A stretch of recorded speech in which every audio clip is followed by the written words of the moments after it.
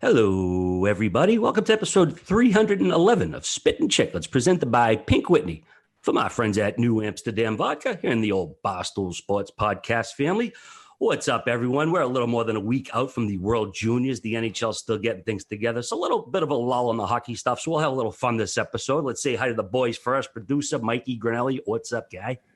What's going on, guys? Anytime I get a late night text from Ryan Whitney telling me that I need to remind him to tell a specific story, you know a good story is coming on this podcast, so I'm excited.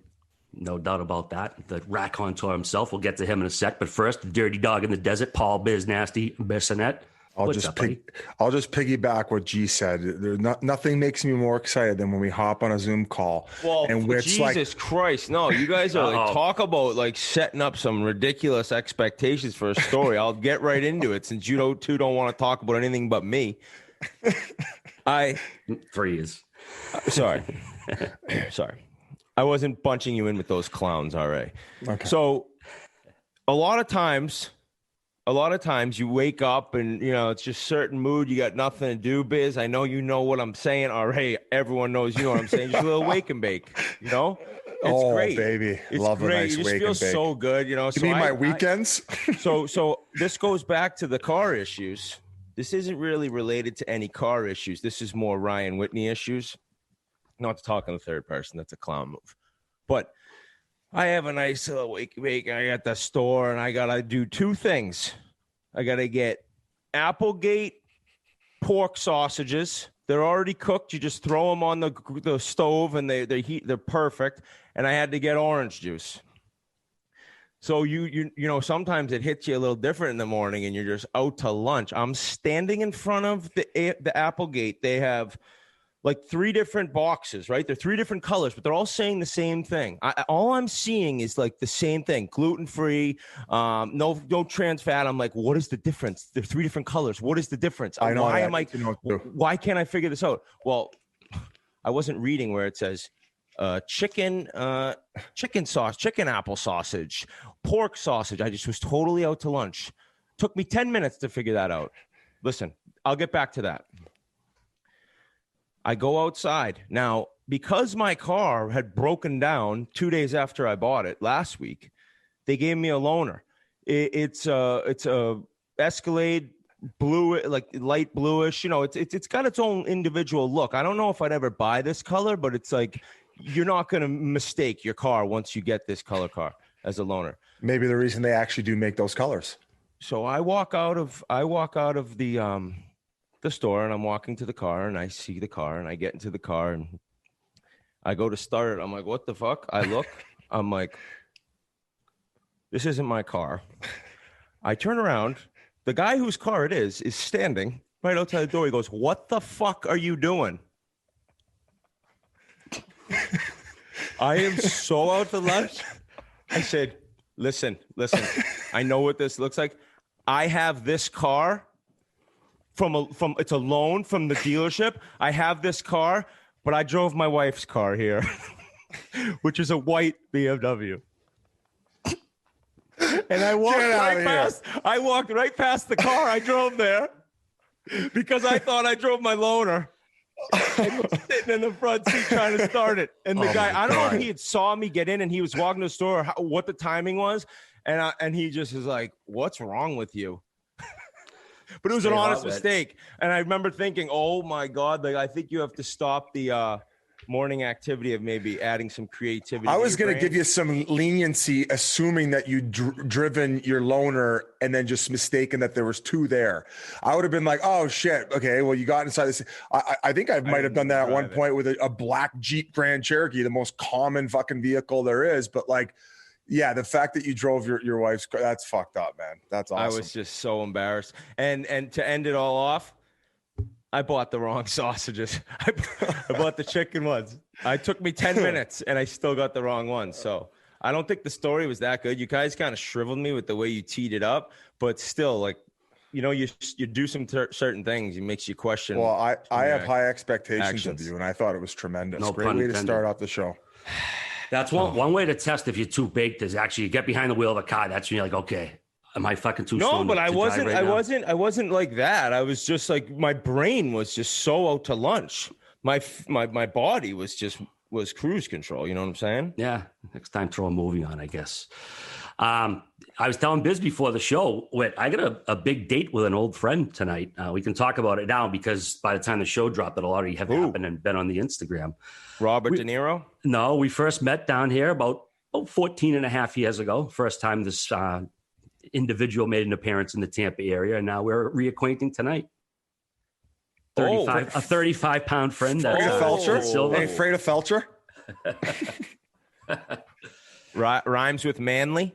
Yeah, rhymes with manly dup. Yeah, I'm going out see an old friend, the Stanley Cup tonight. What is the deal? What's going on?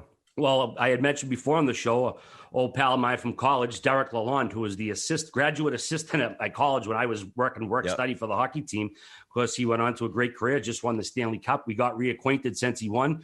He texted me out of the blue. I wasn't even fishing for a party. He said, "Hey, I heard you're in town." He goes, "What you think, you're going to duck us?" He says, Monday, our video coordinator has the cup for the day, and he invited me to join him Monday night for a few cocktails and to reacquaint with Stanley. So obviously, by the time this drops, I'll have yet another appearance. Already hired a private investigator to accidentally tracked him down and then accidentally bumped into him at the supermarket. What are you doing down here? He hacked him with the DM that got me to get into his emails. So you DM me. You know what you should do is bring your two the guys letting you record at their place, have them dress up in tuxedos, you're bringing your own security. Ooh, that way those kids then they'd be like, RA's gone Hollywood. So yeah, I'm looking forward to it. I haven't seen Derek in 22 years. Long time ago. We both had hair back then, so it'll be interesting to catch up with him. But yeah, looking forward to it. It should be a good time. I mean, any party with the Stanley Cup is a good party. So we've talked about him right after they won the Stanley Cup. He started out. What was he, a video coach or something? No, he was an assistant at my school, North Adams State, which was fucking 3 or 4 years from getting completely canceled. He just graduated was college. Was their team awful then? They weren't good, but they were competitive because they always tended to bring in good coaches. So I met him there 22 years ago. And yeah, he started off North Adams, D3 assistant, and just kept working. And now he's got That's kind of like Cooper's story. So he's got another guy who kind of had a very similar journey. Now, what does he do specifically for Tampa? Is he an assistant who handles the forwards, power play? Do you know what is exactly? I'm going to ask him. I'll ask him tonight. Yeah. I'm not sure if he does the forwards or D. I know one does the other. I'm actually not sure off the top of my head. I can't know who's the forward assistant on every team. I know a couple team who's running the D squad. I think Scuderi's in Nashville because he's our buddy and he's got terrible suits. And all he did was play defense. What do you imagine Scud's coaching the forwards? He's running the PP. He's PP specialist. Scuds, what do you do on the power? He probably dodoes run the power play, and we're just dummying him right now. Yeah.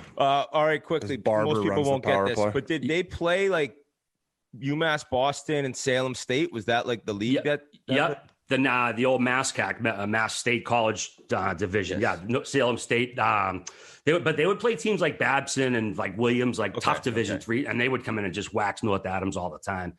But yeah, it's just crazy. I mean, North Adams is a tiny little state school. I know it's a different name now, but the idea that he was going on to win a cup and I'm here working with you guys all these years later, man. Hey, keep chasing those fucking dreams, man. You never know what can pan out. RA, so it's kind of a full circle thing. Your new buddy's roof's been getting some action online. Yeah. People aren't crazy about the patch job. So you're back there for your second pod in a row. And I tell you what, the Wi-Fi's crisp. So thanks to boys for us. We'll make sure to get them some merchandise.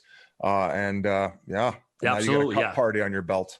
Absolutely. Looking forward to it. But boys, we got to kick off with a little something different this week. How about those Buffalo Bills, huh? I know we usually don't do NFL here, but there's not a lot of hockey going on. Bills Mafia, they're 10-3 after beating Pittsburgh. They got a 2-game lead. They have won the AFC East since 1995 before their quarterback was born. How about this, Whit, as a Pats fan? First time in 20 years an AFC East team will finish with more wins than the Pats.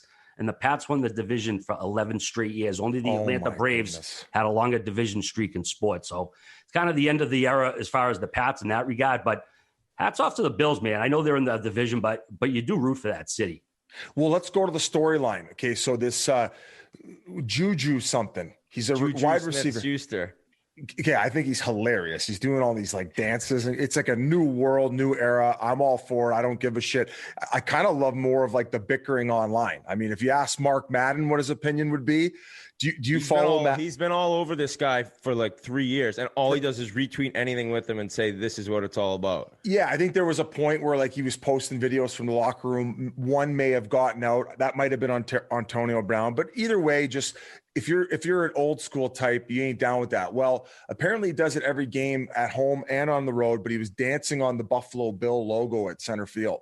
And apparently a lot of the Bills guys, like, and including Allen, went into the locker room and were like, boys, they can do all their dances and joke around before the game. Like, let's handle our business. And they went out and gave him a bit of an ass whooping and a kind of a punch in the jaw. You've seen both sides now.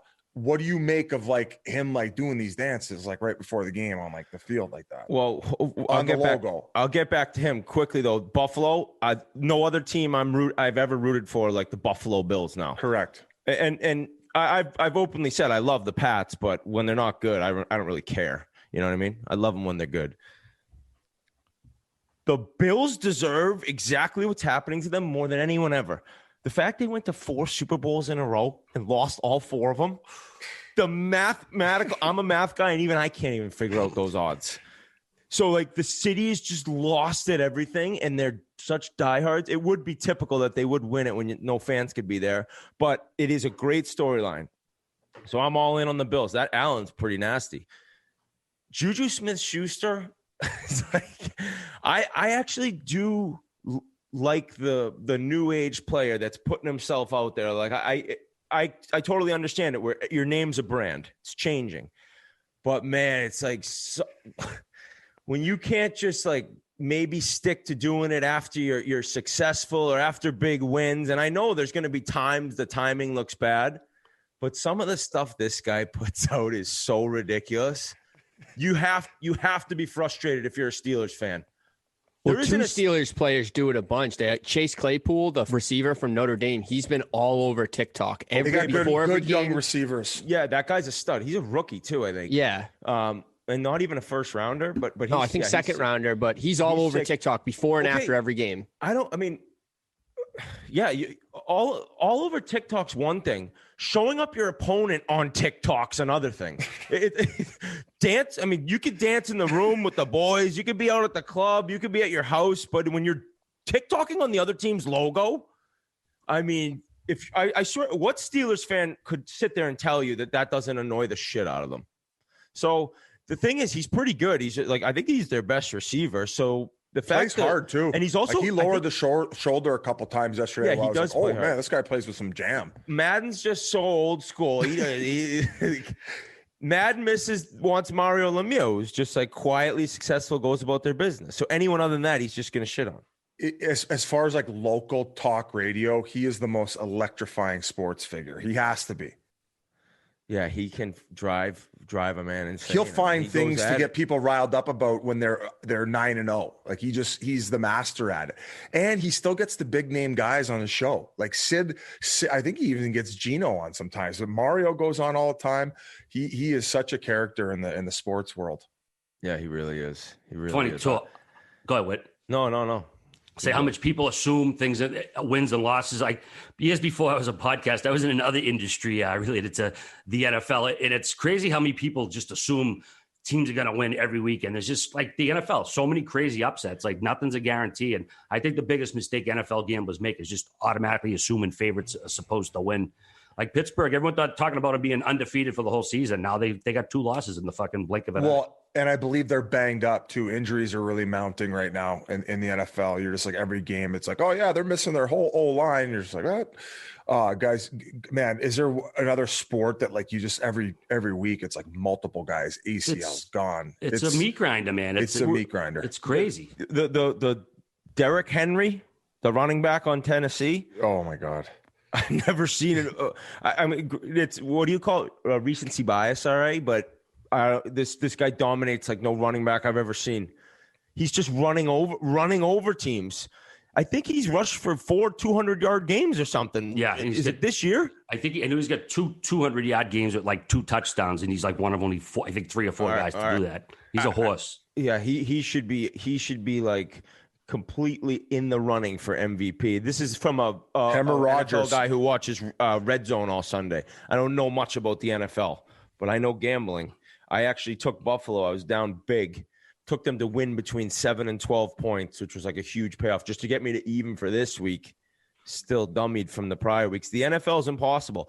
Every week I do a pool with my buddies, and we pick every single game on Sunday against the spread. Tiebreakers, Sunday night points, so total points closest to. Every week, like 6, if you get 6 wins, you're right there, which is like half the games basically. And the best part is if you lose the pool, if you come in last place, you got to run the pool the next week. Excel spreadsheets. I haven't lost yet. I think I haven't told the guys, like I can't do it. I don't know how to do an Excel. Do you? Grinelli, you're up. I'll be getting a late night call from yeah. I guess I'll be calling you early. Hey, my mom's good at those, and I mean she's retired. She'd help you out. Would she, Yolanda? Yolanda, yeah, we could give her a buzz. We'll give her a call, ask her if she'd do it. Yeah, biz, you packed. I mean, she used to do my papers the night before I needed to hand them in. Would she actually? This would be like nothing. Would she do your papers? Oh fuck yeah! My mom was dude. I would put her in the absolute grind. She wrote a couple books, right? So like my mom's a horse. Like her work ethic is nuts. So she was super mom. It was crazy. I'd be like, Mom, she's like, what do I need to talk about? And I would like, she would help me over the phone. And really? Oh yeah. I remember high school, my mom being behind me and I'm like purposely messing up so that she'll finally be like, move over. And she just starts fighting. I can outweigh you. I can outweigh you, Mom. I can outweigh you. I can outweigh you not to do it. After every period, you press spacebar 17 times before you start your next sentence. And it's just like, oh my God, it's twice. I look at Yoli, I'm like, hey, fucking tell me somebody in the Niagara region who's snapping at better tape to tape than I am. Fucking, then I'll start fucking doing my own papers, Mom. Biggest panic having to do a paper. I could say that at that point. And then by the end of it, she's like, you can't even fucking keep the thing flat anymore, Paul. What happened? Well, shut up, Mom. Anyway. All right, well, enough of the football. By the way, Biz, congrats on your pack. 10-3, clinched the North, top tie for top seed in the NFC. Biz couldn't name you 5 players on the team. Yeah, his pack. This is our boy. Okay, I'll tell you what. Now that I'm so busy, I've fallen off. About 3-4 years ago, I was like hardcore, way more into it, but I just don't have the time. But Rodgers is neck and neck with Henry for MVP. I would say Russ had it after the first like 5 or 6 games. No, I think Mahomes. Mahomes is up there too. Yeah. I would say based on weapons. I mean, although they do have this new guy on the who's like the sick receivers for the Green Bay Packers. What's it, Devontae Adams? Yeah. Devontae Adams. He's a stallion. He's nasty. I have a new hobby where whenever like a sick player makes a catch, I'm just immediately Wikipediaing them. I want to see where they went to high school. I want to see if it was like a big time high school program. I want to see where they played college. Did they transfer? I'm all into where these guys came from now. Yeah. Because a ton of them aren't necessarily top picks. Like that Brown in Tennessee, he wasn't a super high pick. And going back to Mahomes, that guy, have you ever seen a player like this early in their career? He has everything you could want. If you're a Chiefs fan, like just a fan of the NFL, like this guy's the best leader, the nastiest player.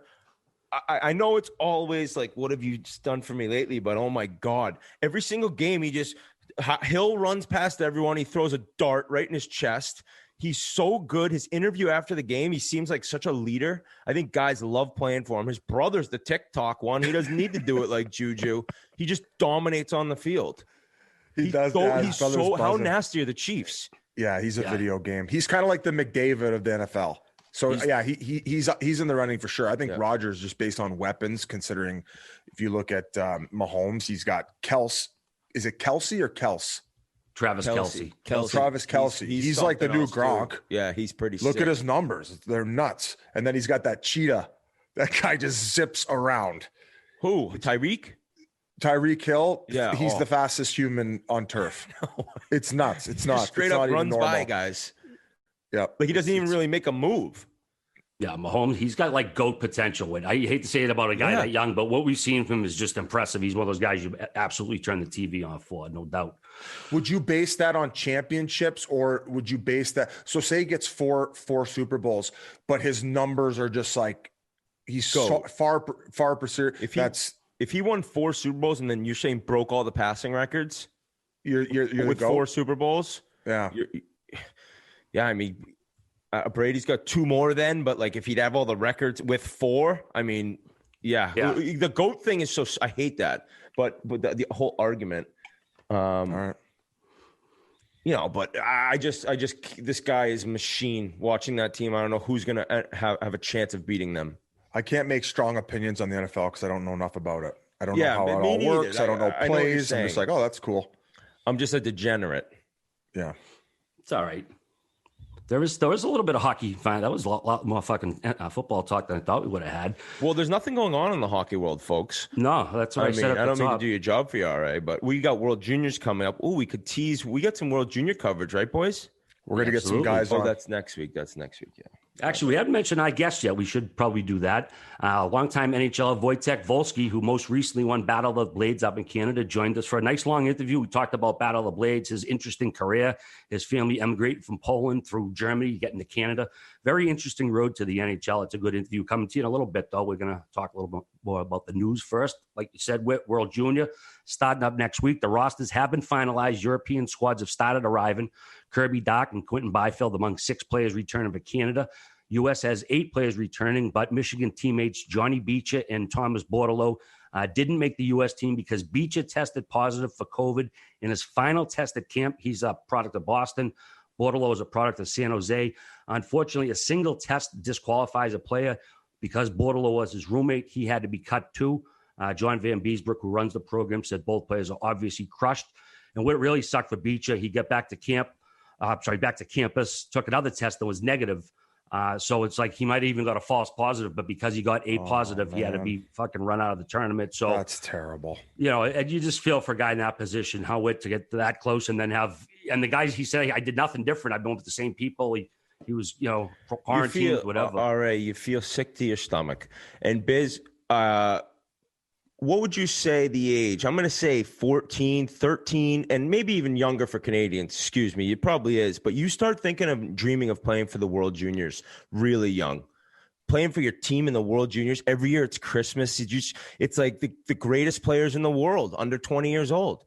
And so for these kids to have their dream taken away like that quickly because of this, and obviously it's been an awful time for everyone, it just breaks your heart. And let me tell you, though, I'm also kind of disappointed because why are they not in their own rooms?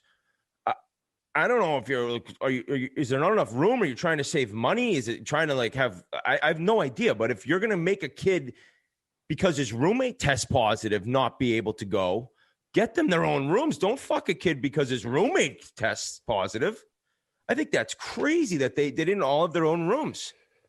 Because it doesn't make sense if you're gonna punish a guy. Now maybe there's I don't understand the setup they have there. So if I'm wrong there, what is it, mea culpa? Yeah, mea culpa. Yeah, so it's just unfortunate because we keep seeing these incidences where people are somehow getting punished for. It's like, oh, how why is it happening like that? It's just like there's so many things to think about that. Like some of these things get left unchecked. And it's like a circumstance like this happens and you just feel terrible for everybody involved. Like imagine having to tell the guy, like, fuck, that's shitty. But although, all right, you have more of the other rules throughout the tournament that they've established, correct? Not right in front of me, but they're pretty strict. There's, like I said, one positive, no matter what, you're gone. And a very similar thing happened to Sweden's William Eklund. He's a pretty high prospect, and 2 of his teammates, basically, they had to send 3 guys home. They had to send a coach home. So it seems like they're being pretty, well, not seems like they are being pretty strict about the protocol. You're one and done, basically. And even if it's a false positive, then they don't give a fuck. You're gone. Everything aside from that, I'm reading Canada, a very strong favorite. 20 of their 22 players are first-round draft picks in the NHL.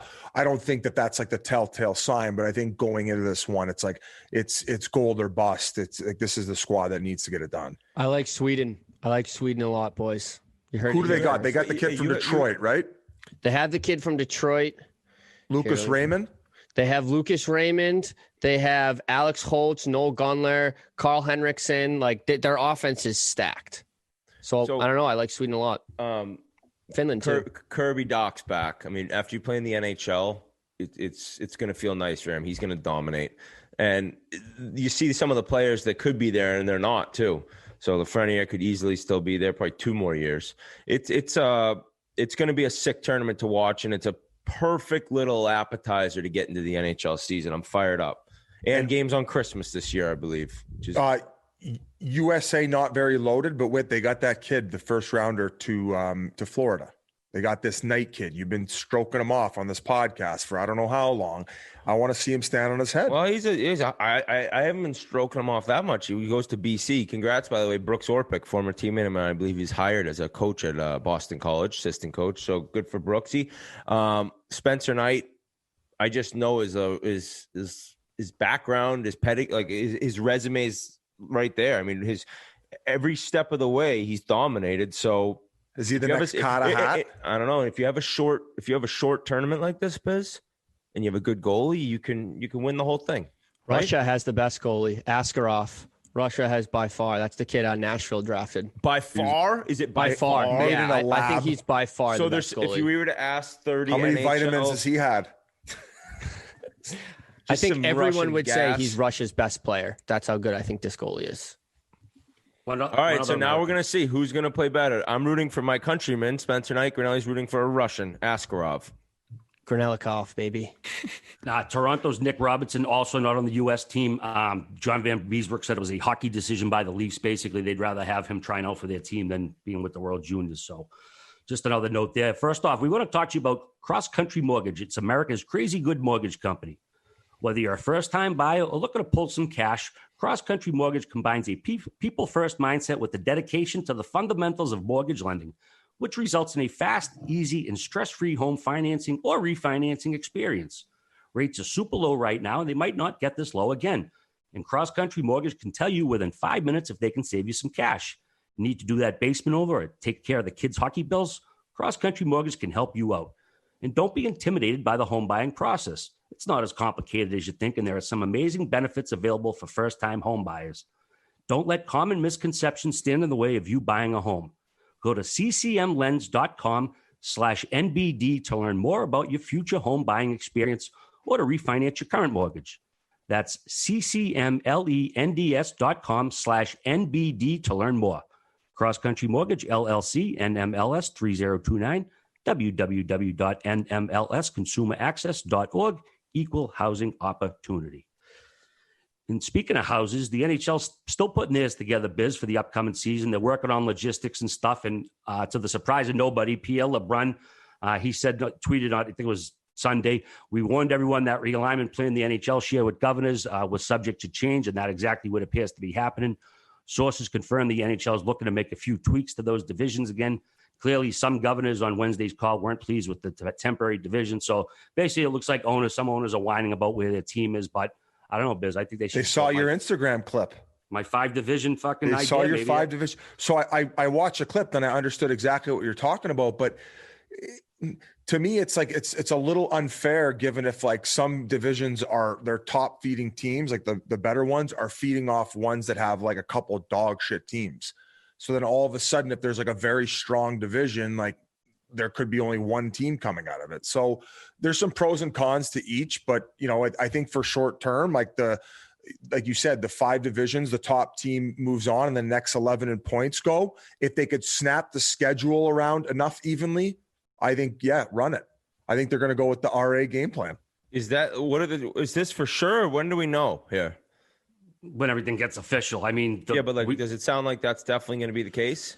Well, the ones I announced last show have already changed. Like basically owners complained. So it's going to be, I don't know, I would imagine some Midwest teams are going to have to be further west than they plan on. That's what it sounds like. Some of the, Dallas, St. Louis, Minnesota, someone in that group. But the all Canadian division will stay the same, where there are 7 teams. Okay. Yes, that has to happen. Yeah. So, all right. So there again, there's a bit of a discrepancy to the 5 division thing because you have one that's there's so many teams, right? So that's where it gets a little bit uneven. Although I did like your outside the box thinking. All right. Yeah, like I said, it's an off year, a different year. You're playing a different schedule. Let's get wild. Let's get wild. 7 divisions. Let's get RA on spring break. Hey, 56 divisions. 56 divisions. Everyone plays in a half division. Some teams play in one full division. Sorry. Spring break 91. That wasn't that funny. My apologies. I don't get it, but I'm laughing at you. I didn't get it either. I just started rifling off numbers. When did the Bruins get eliminated? Like when was that? Can you give me a month? You talking the last playoffs? Yes. Tampa Second Bay round. Beat them, what was it? Late August? Four games to 1 against Tampa, wasn't it? September, October, November, December, January. I'm surprised they're like Marchand's going to be like late coming back and stuff. Why didn't they get surgery earlier? August 31st. August 31st? Yeah, I mean, it's surprising that some of those guys aren't ready. I mean, that's like you hitting the neutral button before you start playing in Russia.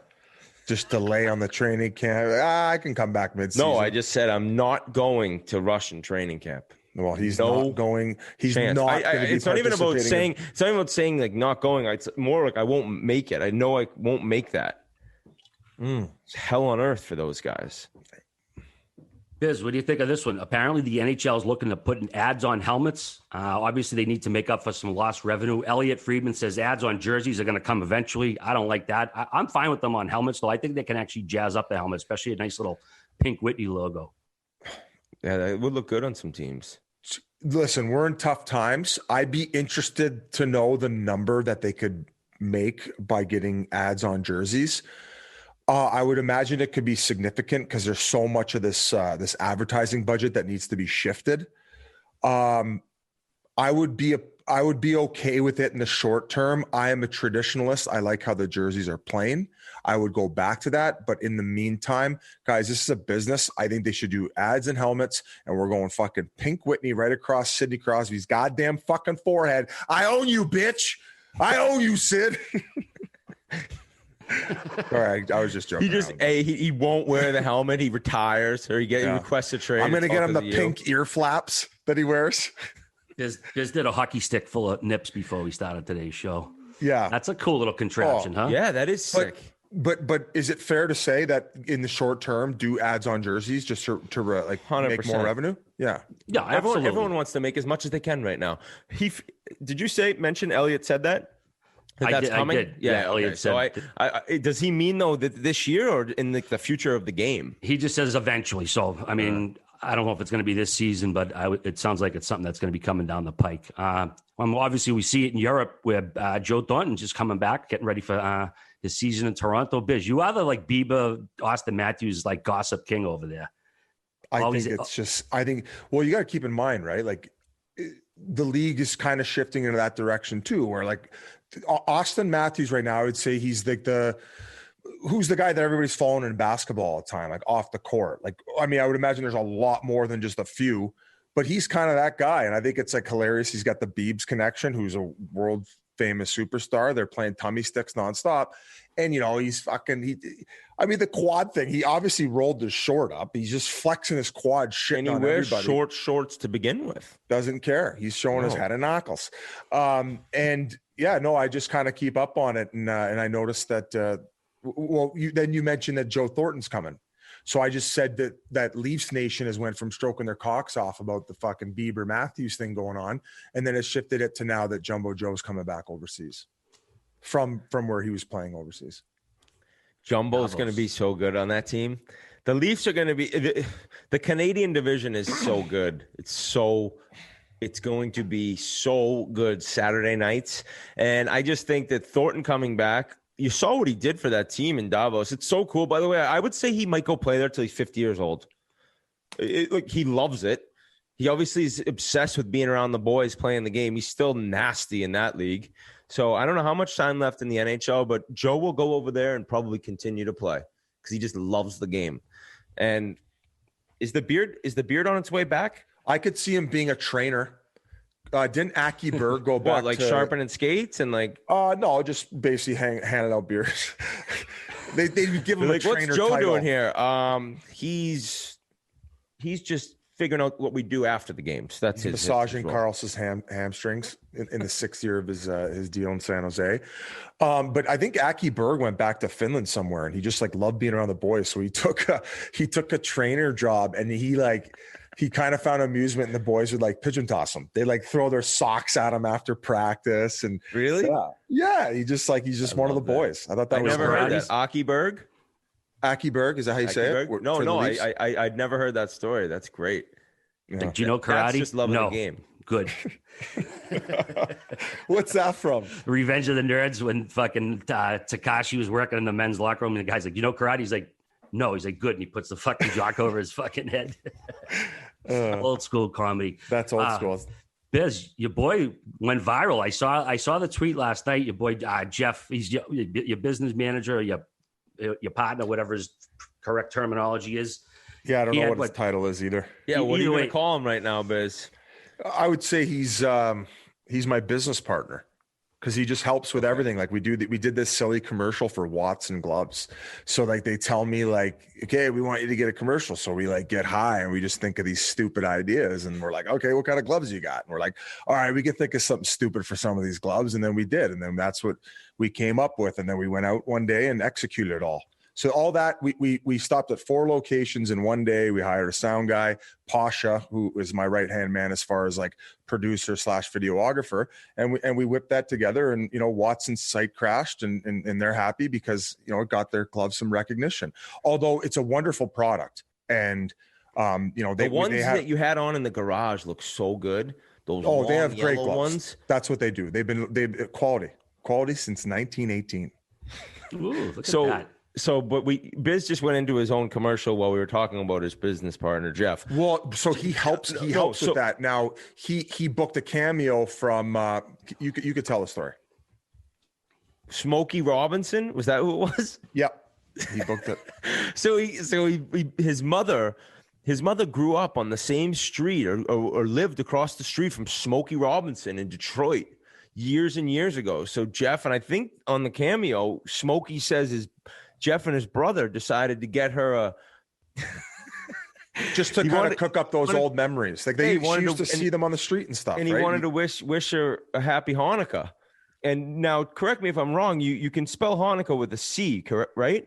You could spell it about 8 different ways. Okay. Yes, C among them. When he got the note, he he thought it was odd because he didn't know what he was saying or what he was talking about, but he still wished Jeff's mom a happy. And why don't you play the clip, Grinelli, because I'll butcher it. Hey, Marco, how you doing? Surprise, surprise. This is Smokey Robinson. I know you didn't expect to hear from me, but I was contacted by your sons, Jeff and Jared, and they told me that you used to live in Detroit across the street from me, and gosh, that's beautiful. How you doing again? Nice talking to you again, I guess. But anyway, you're living in Vancouver now, and they wanted me to wish you happy Chanukah. I have no idea what Chanukah is, but happy Chanukah because they said so. Anyway, God bless you, babe, and enjoy Chanukah. Have a wonderful time.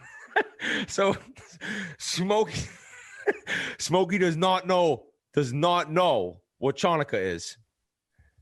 I think he thought he was being duped by saying something that he shouldn't be saying, so he kind of played it safe. But guys, I didn't know that that's how you spelt it or said it. Do you say Hanukkah even though it's spelled Chanukah? Yeah, it's pronounced Hanukkah, but I know everyone's having a chuckle at it, and I kind of felt bad because the guy's 80 years old, and if he's never spelled Hanukkah or seen it spelled somehow, and you see it spelled that way, and you don't know and you're not familiar, then I'm fully sure Smokey Robinson knows what Hanukkah is. He's 80 years old. He's been around the world a million times. Yeah, I don't think it's like really like ripping on him. It's just no. funny. So it was received very positively. Like everybody had a good chuckle. It was like, oh, he's such a sweetheart. So Jeff booked that for his mom. And speaking of cameo, there was another one that went viral. So did I give you a good glossary of what Jeff does and helps out with? So business manager, I think that would be safe. Yeah. I would describe him as your business manager and friend. And friend more than anything. You guys are boys. and he helped with this McDonald's thing I have coming out next week. It got bumped back a week, but that was silly as well. And I sent that over to you guys. But the cameo thing, Bruce Buffer, the UFC guy, some guy paid him to dump his girlfriend. So he could you play the clip of that one, Grinelli? It's time for Kaylee to move on. So this guy pays Bruce Buffer to gas. You think that was like legit? I smell bullshit on the internet. that. The internet said it, so it's got to be true. Yeah. Can we not just enjoy things anymore? Like, let's pretend it was true that this guy gassed. I don't know this one. Bruce. I love laughing at a good like. Listen, Smokey, that was legit. That's a great laugh. This guy, It's a hilarious premise if it is true, but I feel like there's some bullshit going on here. But I could see a guy being that pissed off, like, wanting to embarrass, someone who fucking did him wrong in his eyes. That's true. Spend the money and embarrass her and whatever. I mean, she's probably getting the last laugh in the long run. But fuck it, if you're that mad, guys, or anyone who gets dumped will do some crazy ass fucking with a new shit. guy behind her. Yeah. She's like, funny. She was getting thumped when he walked in. What was the other? Oh, Cameo. Cameo is a blast. Avery kind of got me on it. I like doing it. I go silly on it. I go crazy for like 3 minutes. I get really weird. So some people would be like, what the fuck is this? But it's kind of like improv, and it's probably my favorite app to be on now. Really? Yes. Are you doing like one a day? It's his favorite because he's making money off of it. Kevin from The Office, it just came out, made $1 million in the last year on Cameo. No, but it's also fun because it's a great way to connect with fans, and like it's like you're like, hey, are you happy? If you're not, I'll redo it, and then they always leave happy. So it's like you're not getting Rick from Red Deer chewing you out online. It's just like a very positive platform. They're like, bye, Biz. We paid for now. You've been here for 4. You can go now. Thanks, Biz. Biz is like, wait, you didn't give me that joint you promised you'd roll for me. Oh, shit. All right, boys, we should send it over to Wojtek shortly. But first, I want to let you know, most guys have tried different ways to last longer, but memorizing every contract on Cap Friendly doesn't always work. Well, the folks at Roman, an online men's health company, are changing the game with Roman Swipes, the secret to longer-lasting sex. Roman Swipes are a clinically proven way to last longer in bed. They're effective, easy to use, and fast-acting, and they don't require prescription. That's the best part. Roman can ship swipes to you in discreet, unmarked packaging, and each swipes packet is small enough to hide in your wallet for whenever you need it. They're super easy to use. You just take the swipes out of the packet, swipe it on, let it dry, and you're good to go. That's it. So go to getroman.com/chiclets, and you can get your first month of swipes for just $5 when you choose a monthly plan. That's getroman.com/chiclets. And now enjoy Wojtek Wolski. Well, I'd like to welcome our next guest to the show. This forward was born in Poland, but moved to Canada as a youngster and was taken 21st overall in the 2004 draft by Colorado. He played 400 NHL games with 5 franchises before playing in the KHL for 7 seasons. God love you there. And he just won the Canadian reality show Battle of the Blades with his skating partner, Megan Duhamel. Thanks so much for joining us on Spittin Chiclets, Wojtek Wolski. Thanks for having me. I'm actually excited. I'm a little nervous. You guys are such a big deal now. Nah, we're not a big That's deal why at we all. had you drinking cocktails before you came on. Then we gave you the fake out. We switched the time half an hour later, so you get a little tipsy. So we're gonna get more stories out. Biz mailed just some merch and some just hardcore hallucinogens to just do this interview. Yeah, the merch when you just touch it, you just get high as hell right from touching it. Yeah, yeah, that would be RA's line. Yeah. He would wear it once, and it would be from his sweat. It would get you fucking high.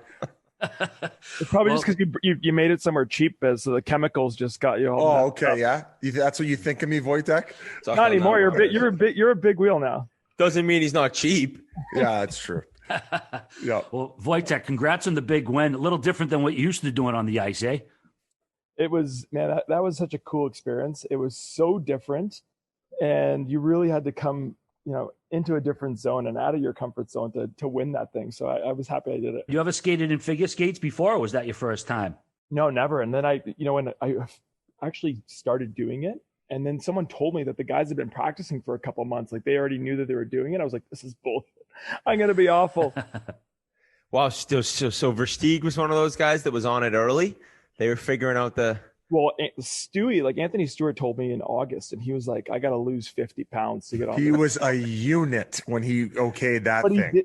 He did it, and he lost a bunch of weight, and that was in, I want to say like mid-August or early August, and I didn't find out that I was doing it till September 15th, and Versteeg was the one that got me on the show. Did somebody back out, and is that why you did it? And I guess this is kind of a follow-up question. Like, does that mean you're retired? Like, are you done playing hockey? Yeah, I'm going to retire. You know what? I actually talked to a GM today, and I like thought about it, but didn't tell my wife. And but I think I'm going to retire. I was like, maybe I'll go back and try and. Can we break it? Ooh, Can we break your retirement from the? I guess this is it. Yeah, I guess I'm retiring, boys. Like Fucking right. Congratulations, bud. What a run. Thanks, Biz Hey. McKenzie. Biz McKenzie. Oh man. Biz wants to charge for maybe like a special report that you can type up yourself. And What was the describe your LeBron career. thing they did when the answer? What did they call it? No, the decision. Oh, the decision. The decision. Oh, fuck. That was so stupid. Let's delete that. Going back to the whole figure skating experience, though, like, I mean, obviously you picked it up fairly quickly. You're already in shape. Like what was the whole process like? The first 2 weeks were tough. Like you're a hockey player. You think, oh, I'm on skates. I'm going to pick it up. It'll be fine. And then you start turning and trying like a couple things that you think you might be able to do. And you hit those toe picks and you go down and it hurts. Toe pick. Like, you know, like me, like I put knee pads and elbow pads on every day, but you fall on your hips or like a couple times you fall on a shoulder. It really hurts. And then you see her do it. Like there's a couple times I threw her and I forgot to catch her just because I was kind of like watching and she went down hard, but she just gets right back up. I felt like one time I was like, practice is over. I'm like, I need a break. Like, let's get out of here. But it was tough. And they're in like a bathing suit out there too. Oh, Is stopping the same? Like, you know what I mean? Or does that feel way different too? you know what when you go skiing, you do like the pizza stop. Yeah. That's pretty much what I was doing like the whole time. Okay. I'm like, sometimes we'd go too fast, and she's like, we're gonna have to pick it up if we want to like make it believable. And I'd be like, I'm scared shitless. Like, I can't do this. I can't go any faster. There's no way. When did you think you had a chance of winning this thing? I don't know, like 2 or 3 minutes before they announced it. No, I'm saying though, right away, you when you started practicing with her, you're not thinking, wow, we're actually pretty good together. Like we have a chance. You know, it's a show, right? So in the end, like when you go in the competition, you think, oh, it's a competition, and then you're getting better, and you're like, oh, we could win. Then you're like, oh, wait a minute, like there's votes involved. You got Steger breaking down his skates on the internet, getting all those votes. I had to call Biz to post for me just to get the votes. I was snapping the love around. I think we had Versteeg on while he was doing it. Well, yeah, but like it's a show, right? So you never know what they're gonna think or who they want to kind of go from show to show. But I think like after the third one, I was like really getting into it. I was like, okay, like I wanna win this. And Megan, she's such a rock star. Like we had a chance the whole time because she's so good. Like she was like, I don't want to say significantly better than everybody else, but like she's got like a gold medal, a silver medal, a bronze. Like she's good, right? Like so right up there. Like I had an ace up my sleeve, and she really wanted it. She like every day she'd come in. She's like, we got to do this. We got to do that. You got to work on this. Like she was sending me videos at night, like break down this video, like watch this double. You see how you do it? Like that's not how you're supposed to do it. Okay. I'm like, oh God. Like so she was giving you shit. You better be ready to go. Yeah. I want to know who the worst guy was. Like who was like you guys were standing off to the sides watching them and they just fall nonstop. But you know what? The guys that like Bickle fell a lot at the beginning. He was toe picking a lot, but then he was so good. Like he had all these moves and he was really into it, and his girl was really into it. So if you go it all out on your toes, boom, you're down. You're done. Like the worst part is too, you get comfortable. So you start kind of like feeling it a little bit. You're like in the groove. And like before the last episode, I was like, oh, now I figured it out. Like I'm good. All of a sudden, like down. I think I posted one of those videos. She did like a triple sow cow. And I was so excited that I was just like looking up, watching her, forgot to move my feet, just down on my face, like laying on the ice. So yeah, a little humble pie. Yeah. Still a nice way to go out as the career's ending, to just get a quick title. Get a quick win. Yeah. No big deal. Had you ever seen the movie The Cutting Edge from back in the early 90s? I hadn't seen it, but I was watching clips. Like I ended up going on YouTube and looking up all these clips because everybody kept bringing it up. Even now when I see people and they're like, "Oh, you won," they're like, "Did you watch the movie?" I'm like, "Fuck, I gotta watch this movie." Yeah, there's a ton of similarities, Biz, in case you hadn't seen it. It's actually an American player, but he plays in the Olympics and he can't play hockey anymore. And he pairs up with a figure skater and, they start kind of falling for each other. It's, I think it was like 1992, but it's a great flick. I was wondering too, were there any Here's moves? what's wild, RA. I saw that in the movie theaters. No way. I went to the movie theaters to watch that actual movie. No word of a lie. I believe he played for the Chicago Blackhawks. And the reason he had to retire was concussions, correct? Either vision or concussions. Yeah. DB Sweeney played the hockey So there you player. go. DB Sweeney's like a poor man's who's in Grosse Pointe? John Cusack. Yeah, like I think it was John Cusack. Then I'm like, oh no, wait, it was the guy that kind of looks like John Cusack.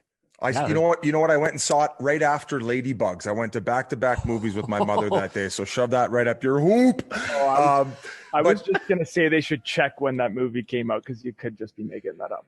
Hey, I know. This could have been 4. 1992, I think. I make up shit all the time We're on this sperm podcast. in your dad's nuts, just swimming around. Like You heard about Johnny Gaudreau showing up the camp out of shape.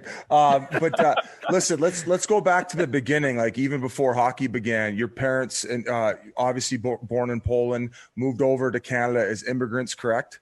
Yeah, very, very. I was born in Poland.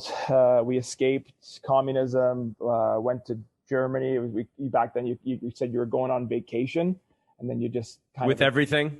Yeah, with your one suitcase packed with all your favorite shit, right? So you didn't forget it. And then we went to a refugee camp for almost 2 years. We were sponsored by the church.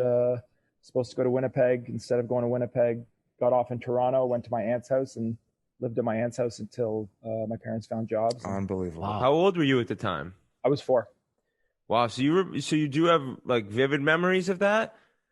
It's so funny because when I think about Germany, I remember like it was like the best time. There's all these kids are running around playing soccer. My parents we were in a refugee camp. Like you couldn't go anywhere. Like we weren't scared for you to run around because there was a fence. You couldn't get away. Like you were gonna be in the camp. So still though, it's nice that your memories are like are good and enjoyable looking back on that. I didn't know till I was a little older. I think I was like 15 or 16, and I think for my parents now. It's like, for me, it's a moment of pride that they were able to do that. And I knew that they sacrificed so much to come to Canada and like, they didn't know the language. So I love those things and the fact that they did that for us. But I think for them back then, there was like a stigma attached to it. And even now there's a stigma attached to it. Right. So it's like, they didn't want to tell me that because they didn't want me to feel a certain way. Was it an aunt on your mom or dad's side? Had they done the same thing prior or? So my mom's sister and my mom's brother both escaped. One of them was with us, I believe, and one went through Spain. Wow, that is an unreal story. Was hockey at all a part of your family's life in Poland, or how did that was totally you just living in Canada? Yeah, that was soccer was our thing. Like my uncle played professional soccer. My cousin played in the Polish league. He played in the Olympics. He played for the World Cup team for Poland. So soccer was our thing, but like if you want to be friends with anybody when you're moving to a new school, like hockey, like that's the way to go, right? Like you learn how to play hockey. Who cares if you can speak English? What were you told as a child as far as the politics? Did you understand like the gravity of everything, or were you just kind of bopping along with everything? I kind of just like, I had no idea, right? Like you don't understand. And now when I talk to my parents and they're like, well, if we would have waited a couple more years and communism broke, there would have been tons of opportunities. Like, you don't know that. You can't see in the future, like, oh yeah, communism's going to break. Things are going to be great. The country's going to get better. No, like at that point you're thinking like, if we have a good life, it doesn't mean that my parent or my kids are going to have a good life. So, I don't know. That's why I'm so close with my dad and my mom, like the things they had to do. And every time I have like a shit day or like things are not going well, I'm like, it's fucking better than what they had to go through. Right. Like quick reminder. Yeah, absolutely. And talking about the hockey side of things, I heard a story about your first pair of skates. Now I want to let you tell it. Did I hear correctly about you and your brother? Oh yeah. My brother's 5 years older. So we got I think we went to Play It Again Sports and bought a pair of skates and they're about 5 sizes too big. And I would just have to wear those ones. So I would put a couple extra socks on. It was like 3, 4, or 5 pairs of socks, depending upon how old I was at the time. And I just wear those socks or those skates. But I think the first couple of times I thought it was so cool to take the skates and just run on the concrete because it would make sparks. And this guy would lose it on me. That's what the on the bench boys do. They stole your move. Yeah. But, I mean, he gets lucky. He gets to have skates that fit, and yours is just absolute boats. They could have gone a little small for him, so it helped you a tiny bit. Yeah. Oh fuck! They should have done something like that. But who knows? Was he a player? Was he a player, or was he, just kind of fizzled out? Like, or did he have some skill? He was like 9 years old when he started. He was quite the athlete. Like, he was a great soccer player at the time. When we left Poland, like, he was a better soccer player than my cousin. My cousin ended up being like MVP of the Polish league. Like, he was an elite soccer player. So he still brings that up. Fuck, he's going to bring it up for sure now. But he was a player, and I think, he taught me how to take a slap shot. He would take me everywhere with him. And every time I played with him, right? So he's like 5 years older. You have a big brother, like, he makes you better because he beats the shit out of you or knocks you over, and you got to get better. So I think, a big part of my success is probably due to him. And he went to Skate On. I don't know if you guys know about Yari Bursky, but like Stamkos goes there, and all Brent Burns went there, Spezza, like all these guys. My brother went there, and I went there because of him. He's a skill coach, and I believe that I also heard that you might be working for him now as far as skill development, and go a little bit more into that, I guess, because you used him so much growing up, and I guess that's how you ended up getting to the OHL. Yeah, so I kind of, this summer when we didn't have anything to do, I started going to camps and working with kids and seeing if I liked it. I don't know what I'm going to do after hockey. It's kind of like up in the air. I might start a podcast, make a bunch of money. I don't know. Sell some vodka. Yeah, sell some alcohol. Start a tequila. Oh, you're an entrepreneur in yourself, and we'll get into that later. Don't even start.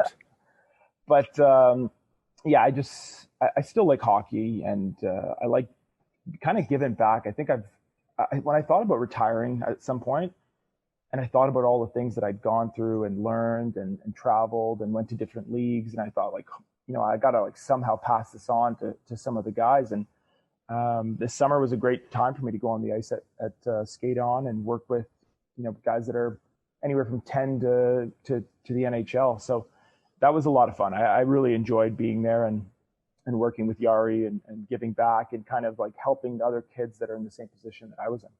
Was he not the guy who helped Spezza, and that's how Spezza got so filthy? So when I was like, I want to say I was 8 years old, Spezza was already going there as well, and he was so good back then. And I was looking at Jason being like that's how good I want to be. And he was a couple of years older than me, so he was kind of that driving force, is like seeing him. And then I played with Jason's brother, Matt, because we're the same age group. So I would see Jason on the ice all the time, and he was like, his hands, it was like, from when he was a kid, it was like insane. His wingspan when he controlled the puck, it was like nothing I'd ever seen before. He's an 83. So look, I had always heard about him starting like 12, 13. Oh, yeah. You start hearing about like the best of the best. So you hear Jason Spezza. And then finally I was so excited under 17. He makes World Junior team though, instead as a 16-year-old. So I still don't get to see him. Like, how good is this guy? But at that tournament is when I first saw and heard of, Kovalchuk, however you say it. And I was like, he was so incredible. Russia won it. It was so amazing. And I remember thinking, wait, there's a guy better than him? I was like, what the fuck? How is this? I'm this age. And now, sure enough, like, it ended up being where Spez went 2 and Ilya went 1. But I just had always heard and never got to see him play. It was like this, it was like when you hear a William Wallace, Braveheart. He invented the backhand toe drag. Yeah, he invented everything. It's insane. They were so good. They were so much better than everybody else. That was like the one thing. Who were kids? Did any kids that you grew up playing with at a young age end up making to the NHL as well from your area? Not any like big stars like my age. But I had one team. I was like Liam Redox, played for Edmonton for a little bit. I played with him. He was on my like summer team. Evan McGrath signed in Detroit. He was like on my summer team. Like, we had a lot of guys that were like, went to university or went pro, but from like 8 years old, like they were just really, really good hockey players all the way up. But I'm trying to think of like guys that would have been like superstars. My year kind of sucked. 86s weren't that, even though Ovi went in my draft, whatever. Yeah. I saw a pic of us mutants at the draft. It was a bad looking group. You dropped to a pretty sick city and team to get to play there, right? And you were coming. It was a time where it was definitely a new beginning for the Avalanche after what they had done and been through late 90s, early 2000s. And then I think that the crew you had there might have been one of the funner group of young guys I've ever heard of for first few years in the league. You mentioned Yipper was there. Were you there when Shaddy was there? No, I just missed him, but I saw him at Chris Stewart's wedding, and they loved he had a they ripped it. That's why they all got traded. Yeah, that's probably why. I think it started. I got traded, and Stewart got traded, but we had so much fun. And that was my best year ever. That year when it started getting fun because we just had a ball. Like we would go to the game, we'd win, and then we'd go to the strip club, or we'd go with the girl. If the girlfriends were in town, we'd go to a nice family dinner. Sign me up. So we were just having such a good time. We were winning, and then we were like young and having just the best time. Then I got traded to Phoenix, and it just got even better because I had Biz there. Oh my God, we had a crew. We had like 5 or 6 of us. That was when the champagne started showing up to our tables, Whit.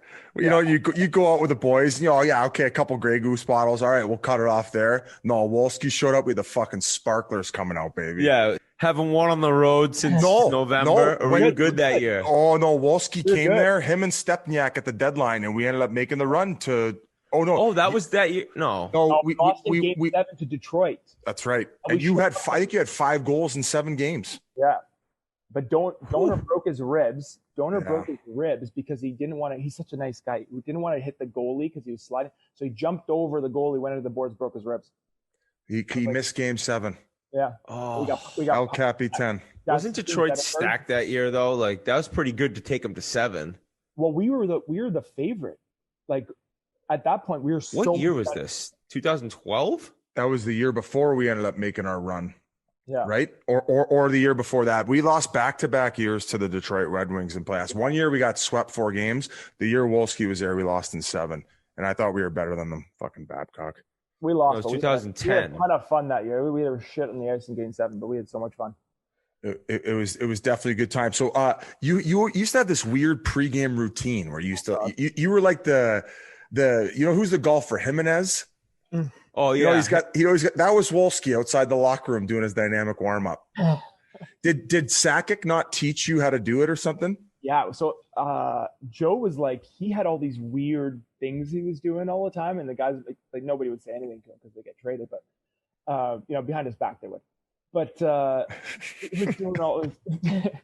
No, Joe. Some of the fucking stories like we'd have. I can't remember the GM at the time. I'm gonna go off here, but. The GM would come in and say something, and the boys would kind of be like all like rattled and pissed off. And Joe would stand up, and he didn't say much, but when he did, he would say something like, "Okay, boys, you know who the real GM is here, okay? Let's not worry about what he says. Like, I'm gonna be the GM one day. Like, don't worry about it. It's gonna be fine. We're gonna win this game. I'd be like, okay. But fair enough. Yeah, and there was like times his kids would run in like pregame like. Talk like chat his kids would like run in and be like dad and he's like, get out of here like and nobody would say anything. He's just like whatever, it's Joe, like who cares, he's gonna own the team one day. Yeah. But Joe ended up like teaching me all these different dynamic warm-ups and stretches and stuff, so I started putting them in, and then I had Matt Nickel, who's like one of the best trainers I'd say in the world for hockey players, and between Joe and Matt, I had my crazy dynamic warm-up. So you grew up rooting for Joe, and then you got to play on the same team with him. Did you ever get to play on a line with him at any time? So my first year, my rookie year, I played with Joe. I played with him and Andrew Burnett. It was like incredible. Joe was like, I think he had 90-something points that year. Like he was lights out. It was so much fun, and he like scored those big goals, but he was the ultimate leader. Like he'd be there with the boys playing FIFA and poker on PSPs and stuff, and he'd show up for beers and stuff. He'd never get too crazy, but he'd always be there to be around the guys. And He was just such a class act, and everything they say about him, it was, sometimes like they say stuff about guys and you're like, that's fucking bullshit. Joe is like what people say about him, how great he is and how amazing a captain, like that was him. Was it almost like easy playing with a guy that skilled? I mean, I hate to call the NHL easy, but when you're playing with a guy that good. Oh yeah. And it was like, as a rookie, I remember like messing up and getting just reamed out by Quenneville. Like, and Quenneville would go after you. And then, and I'd be like, I got to dump, like, I'm going to dump it in next time. And Joe would look at you and be like, kid, who do you think runs this team? Okay. You're not dumping it in. Yeah, I'm like, okay, I guess I'm not dumping it. He goes, the way you want to get off my line is start dumping it in. Yeah. Did Quenneville not say a word to him?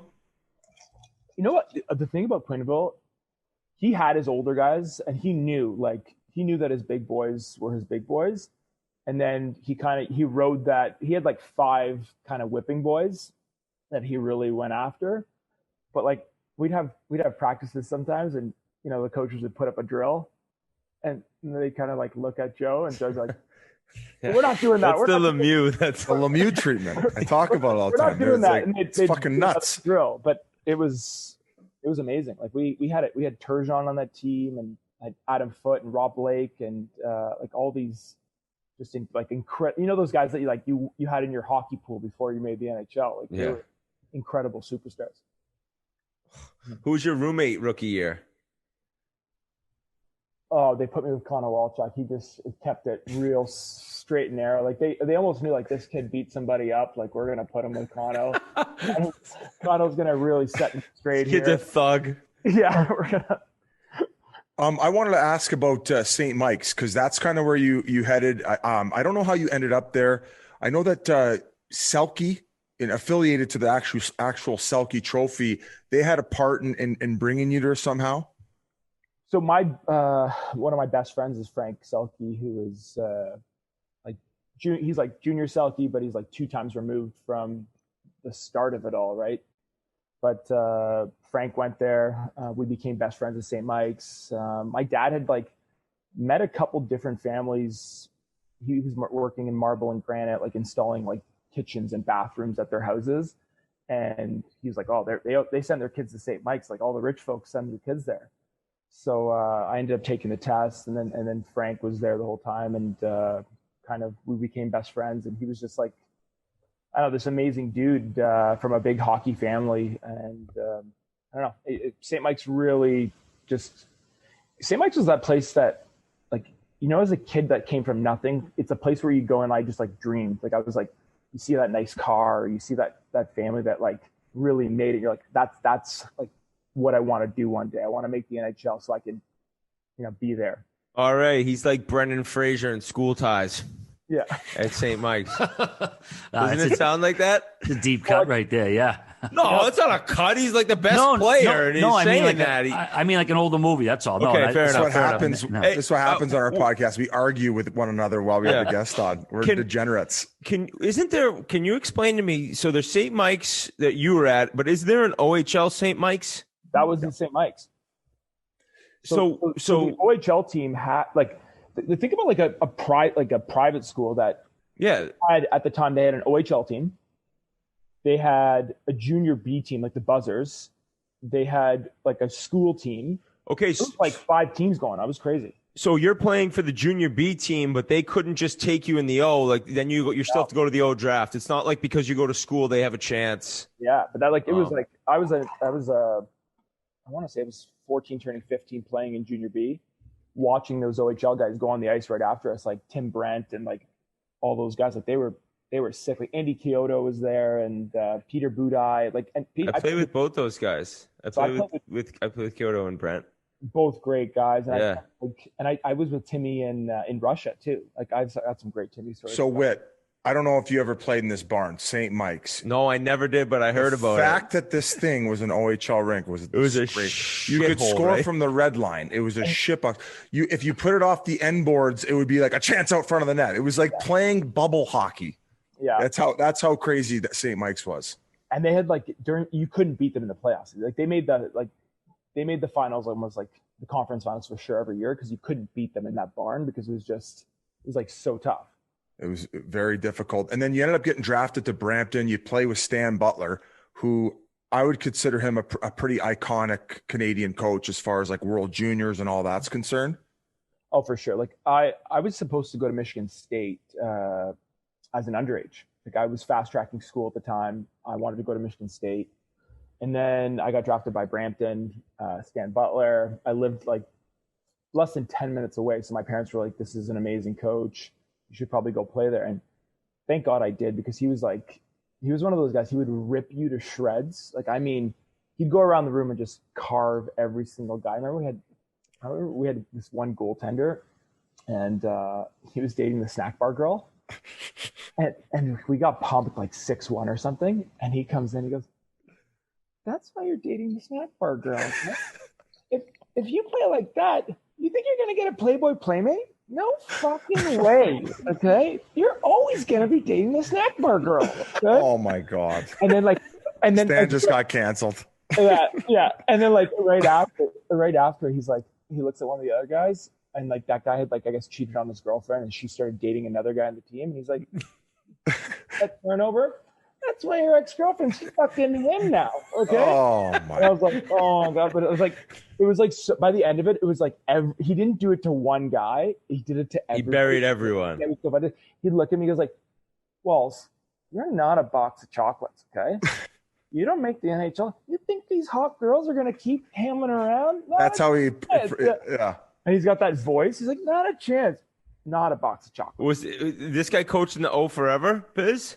Well, if he still is, he ain't anymore. He's gonna get canceled just like his fucking his sideburns. This guy used to shave he used to shave so high up. He had like negative sideburns. It was nuts.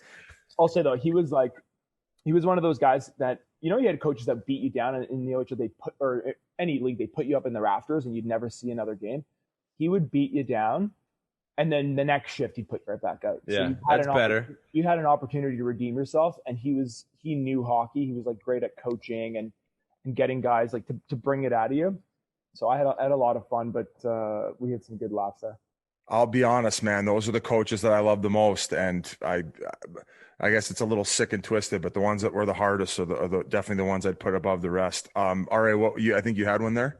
Yeah, well, we mentioned Phoenix already. Of course, you were there, Biz, but that locker room must have been like the Comedy Store. Not only you had Biz, you had Yandel, you had Ray Whitney, the other Whitney, Upshaw, a coin, one. Ilya Brizgalov doing his insanity. That must have been a wild couple of seasons there. You were there.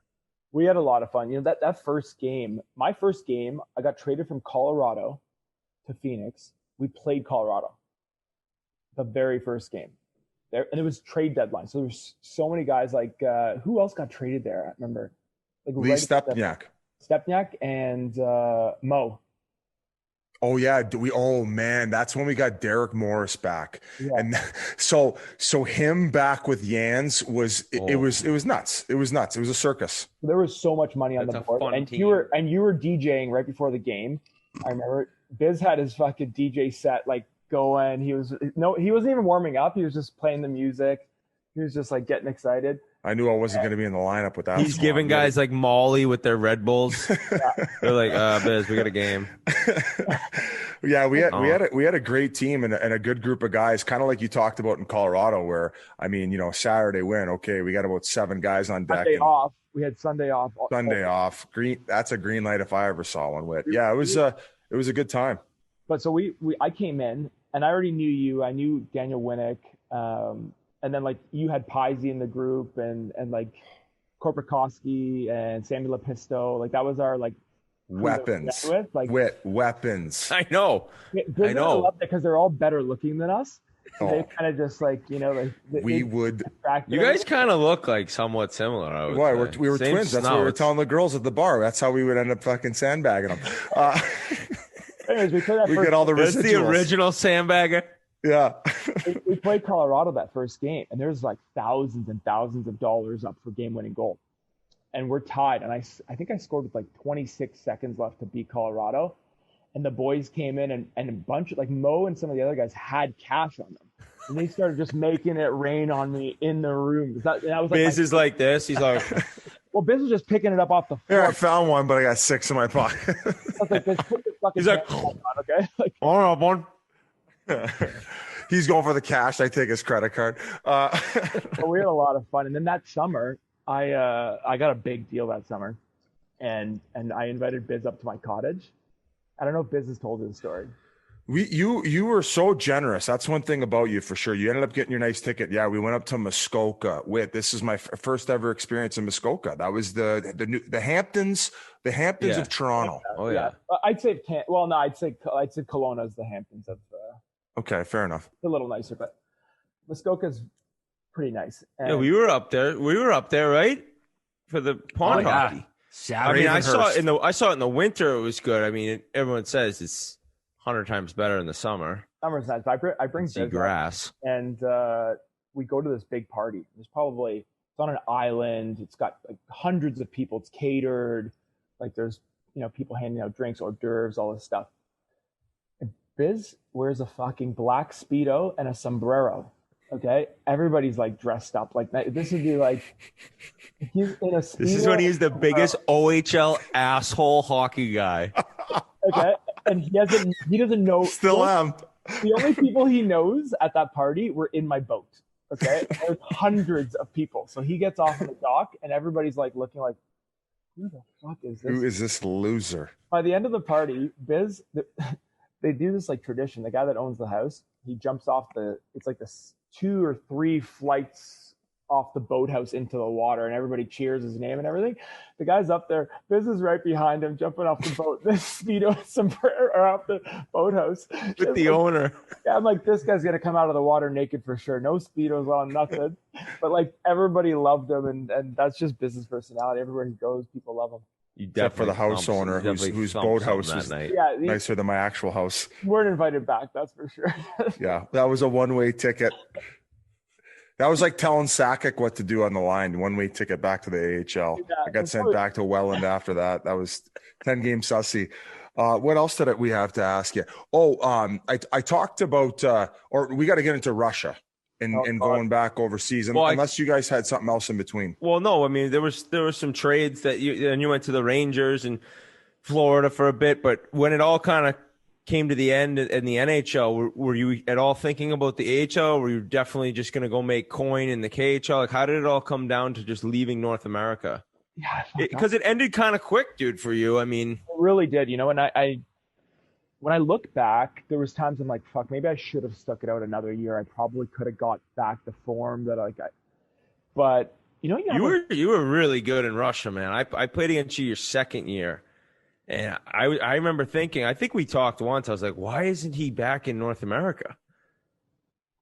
Money. I went for the. No, I know. 100%. You're making bank. Yeah. Like it was. So when I was in Washington, that was the first time that I was like, I'd been making a significant amount of money with these contracts. I was like still getting paid very well. And then Washington was that lockout year. And that was like a minimum deal. And I wasn't playing well. I was getting healthy scratched. And then I got a 2-year offer from Russia for like a lot, like 4 times as much. Like, and I was like, okay, like I thought I'm playing well. Maybe this is like, this could be my last ticket. So it's like, a cash grab. Go there. Yeah. Like I didn't know. I was 28 thinking like, this could be it. Like maybe I don't find my game again. I go over there. The first year I have a pretty good year. And then I'm thinking, you know what, like this, I remember in the summer being like, I'm going to do everything I can to like have a good year and then come back to the NHL. And then my wife now, but she got pregnant. So I was like, I really got to make this one count. So I went back. I had an incredible year. I think I started the year with like 13 goals in 20 games, like something like that. So I was like, oh, this is like going on. Then I had a tear in my back. This is actually I have to tell the story, but I had a tear in my back in one of the games.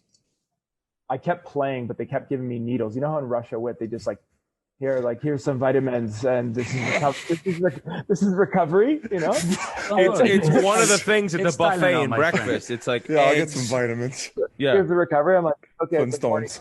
They're like morning skate. I'm like, I don't think I can go morning skate. They're like, it's okay. We give you a needle.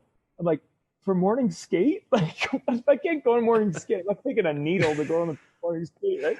So that night I play, we're in like outside of Moscow. I play. I think I got like 1-1 in the first period. So I like my back's hurting. I'm getting massages between. But like I go on the table, I can't get off the table. Like I literally can't get up. I'm in so much pain at this point that I'm like I can't move. I'm like crying, spasming. They bring in like this Russian doctor. Like, oh, we have Russian doctor at game. Very, very famous Russian doctor. Like, okay, cool. They bring him up. This guy is like one of those like Eastern healers. He's like rubbing his hands together, like Mr. Miyagi, like his hands on me. I'm like, what is going on here? I'm like, this is not going to help, but I'm just going to go with it. Then they're like, I still can't, like the game ends. Like I stayed the next 2 periods, I stayed on the table, game ends. They're like, okay, we're going to fly home. You can go to a Russian hospital or you can go to this doctor's house. I just met the guy. I'm like, fuck, I'm not going to a Russian hospital by myself. I'm like, is someone going to stay with me? They're like, no, doc, our physio has to go with team. You go alone. I'm like, I'm not going to a fucking Russian hospital alone. I'll go with this doctor that I've never met, the healer. I go to his house. They put me on a stretcher. They stretcher me to his house. The guys like bring me to his couch. I'm on his couch now. Okay. He comes over, like a full glass of whiskey and 2 painkillers. He's like, this help. You feel better in the morning. His son is talking to me, translating. His son learned how to speak English through Call of Duty. Okay. So like you can't make this, it's just like, oh my God. I was like, okay. The spiritual healer gave you two perk daddies and a nice tall glass of whiskey. We had a guy like that. I could get my PhD. I stayed there. I'm going to write a book. I stayed there for 3 days. Okay. I stayed there for 3 days on his couch. His wife made me like breakfast, lunch, and dinner. And then after 3 days, I could walk. So they're like, okay, you can go home. So hey, you and the kid have a fucking esports team playing Call of Duty by then. You're like, no, I'm good. I'm going to stay. I'm going to stay here. Then the wife. They found out it was a KHL player's house. He was just on a road trip. The doctor's staying there in the meantime. Yeah, the doctor didn't even live there. He just left me there. But so yeah, they were so nice. I had a great year. And then I thought like, I called my agent at the end of the year because I had a sick year. That was we had dinner at in Sochi at the All-Star game. At the All-Star game, I don't think you were in it though. No, fuck no. Are you kidding me? Suck it, Whit. I came over there for about 40 games and a bag of cash. Thanks a lot. I wasn't gonna stick around the training camp. Would you go over there? Would you go over June 20th for camp? I went on Halloween.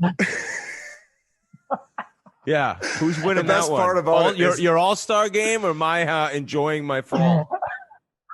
Yeah, that's true. Shit. But you actually, you. I remember we were chatting because there was a bunch of North American guys at that dinner. I think Tim Brent was there. It was like there was like 10 of us. Yeah, and then did you? Then the next year you signed Magnitogorsk. That must have been big money. Fuck. So that's what happened that summer. It's like. I called my agent. I'm like, hey, I had a great year. Like, can you get me a deal in the NHL? He's like, I can maybe get you a deal for minimum like 1 year. I was like, okay, like I think I'm gonna wait it out here and see what Magnitogorsk offers. But I had a bunch of offers, and I went to Timmy Brent's house in Florida to visit him, and he's like, oh, Magnitogorsk is great. Like like. They're so good. Like the hockey's great. The city isn't that great, but like it's okay. And the team's always good. I'm like, I don't know. Yeah, they won a championship like the year before. I had Timmy Brent was with me in the other year, Russian city. After like a couple of weeks, he just like went in and was like, yeah, I'm out of here. Like trade me. Like I can't deal with this shit. Our coach was fucking nuts. Like, crazy. Nut bar. Like, yeah, I don't know if Timmy told you those stories. Yeah, he's insane. They like kidnapped his family in order to like convince you to go there. Yeah, Peter Skudra. He was like, the second year before a playoff game, I told him I was going to kill him.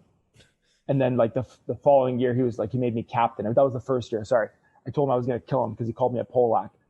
But yeah, I got off track there a little bit. He was screaming at guys on the ice. Oh, he just fought a coach between the benches for one time. Yeah, that's what it was.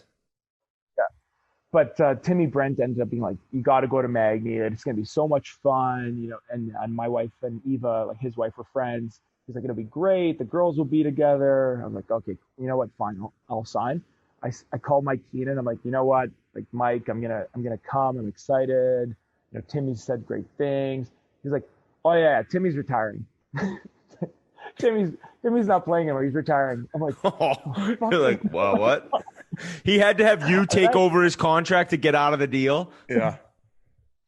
Imagine. That's how he's got his family back. Yeah, I called my wife and like, I'm like, yeah, babe, it's like we signed, but Eva and Tim, like, they're not going to be there. She's like, what do you mean? I thought that's why, like, we kind of like thought it was going to be a good spot for us. I'm like, yeah, he's retiring. She's like, what the fuck is going on? But was Keenan your coach there?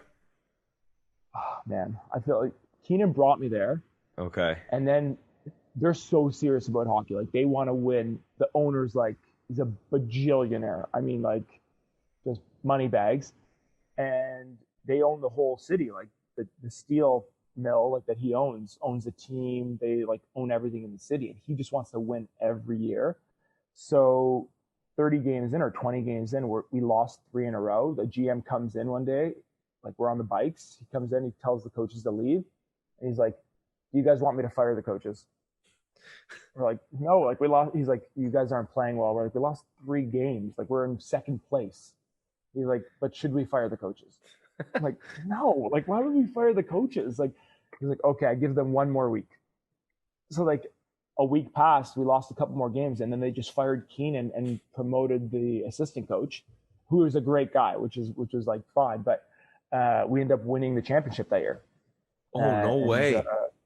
Yeah, we had Mozyakin on our team, who was like, oh, Biz, this guy. Yeah, so these are the Russians that we'll never see, but these players are unbelievable. Oh my God, this guy was like, the things he did in playoffs. Like, we're down a goal, no problem. Like, goes, scores the tying goal, overtime goal, like no problem. Like nothing happened. He was absolutely incredible. Was he on the vitamins? We were all on the gas at that point. This guy was so nasty, and I just Hockey DB'd him. His picture from Hockey DB is so bad. Incredible.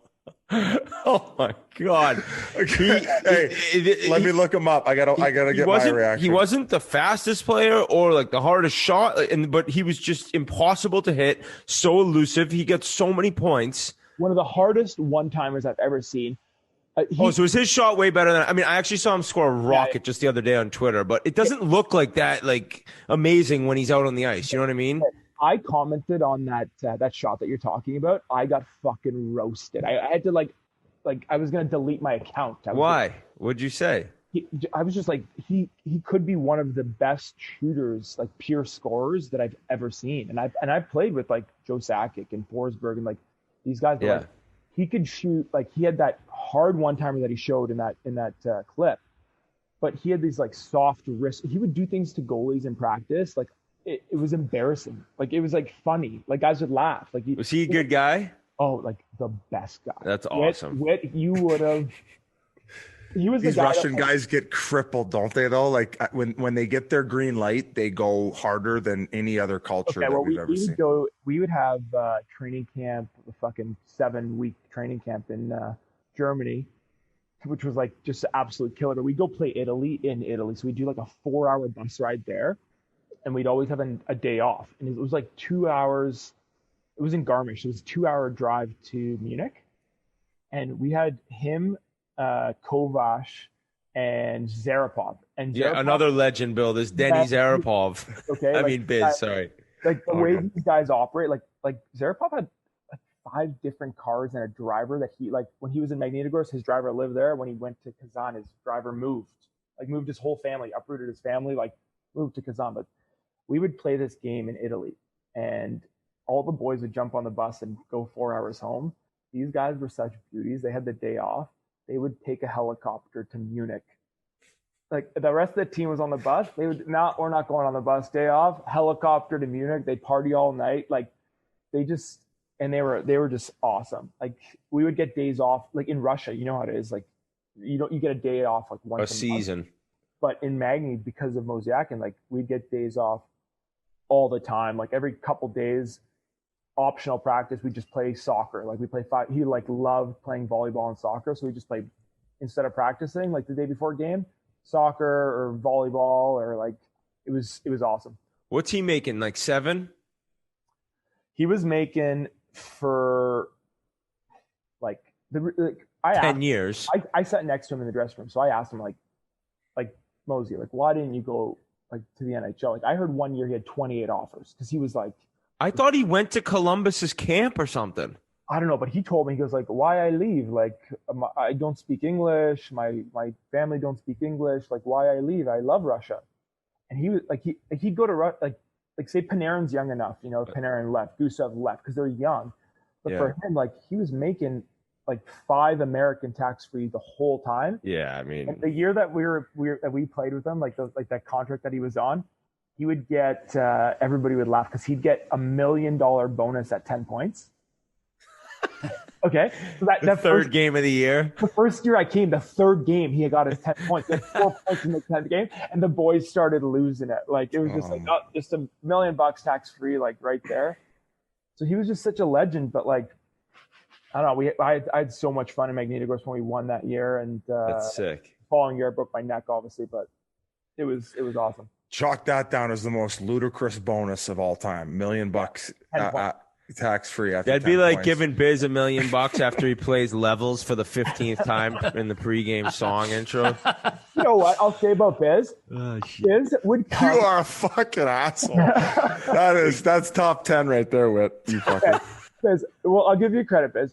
You weren't playing, and you would still make the 40-minute drive from fucking Scottsdale, and you would show up early so the boys would get their music, and you hype the boys up for the game, and that's why they loved you. That's true. I never, not one time in Phoenix when I was a healthy scratch would I not warm up. So that's kind of what I had to do. You were going to ask something. Sorry there, Ari. Oh, that's right. He mentioned it himself. October 2016, you broke your neck after crashing into the boards. Just an awful injury to see. Did you think you were ever going to play again after that? Not really. Like I, when I broke my neck, it was such a weird thing. I thought I was paralyzed for a little bit. Then all of a sudden, I can move my hands and my feet going into the ambulance. And then, as a hockey player, I remember like I was on that ground, and you know exactly what I'm talking about. Those Russian guys go down sometimes. They get like a puck in the foot. They stay down. So when I went down into the boards, even though I thought I was paralyzed, I was like, don't be a pussy. Like, you can't stay on the ice. You better fucking get up right now. So I was like, I'm not going to be one of those Russian guys that just stays on the ice. So I was like trying to get up, and then they're like, no, stay down. Like, we're going to put you on the stretcher.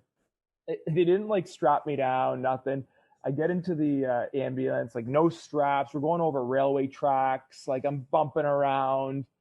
And we get to the hospital, and they're like, the one like physio guy comes over, and he's like my translator at the time. He goes, "Oh no, good news.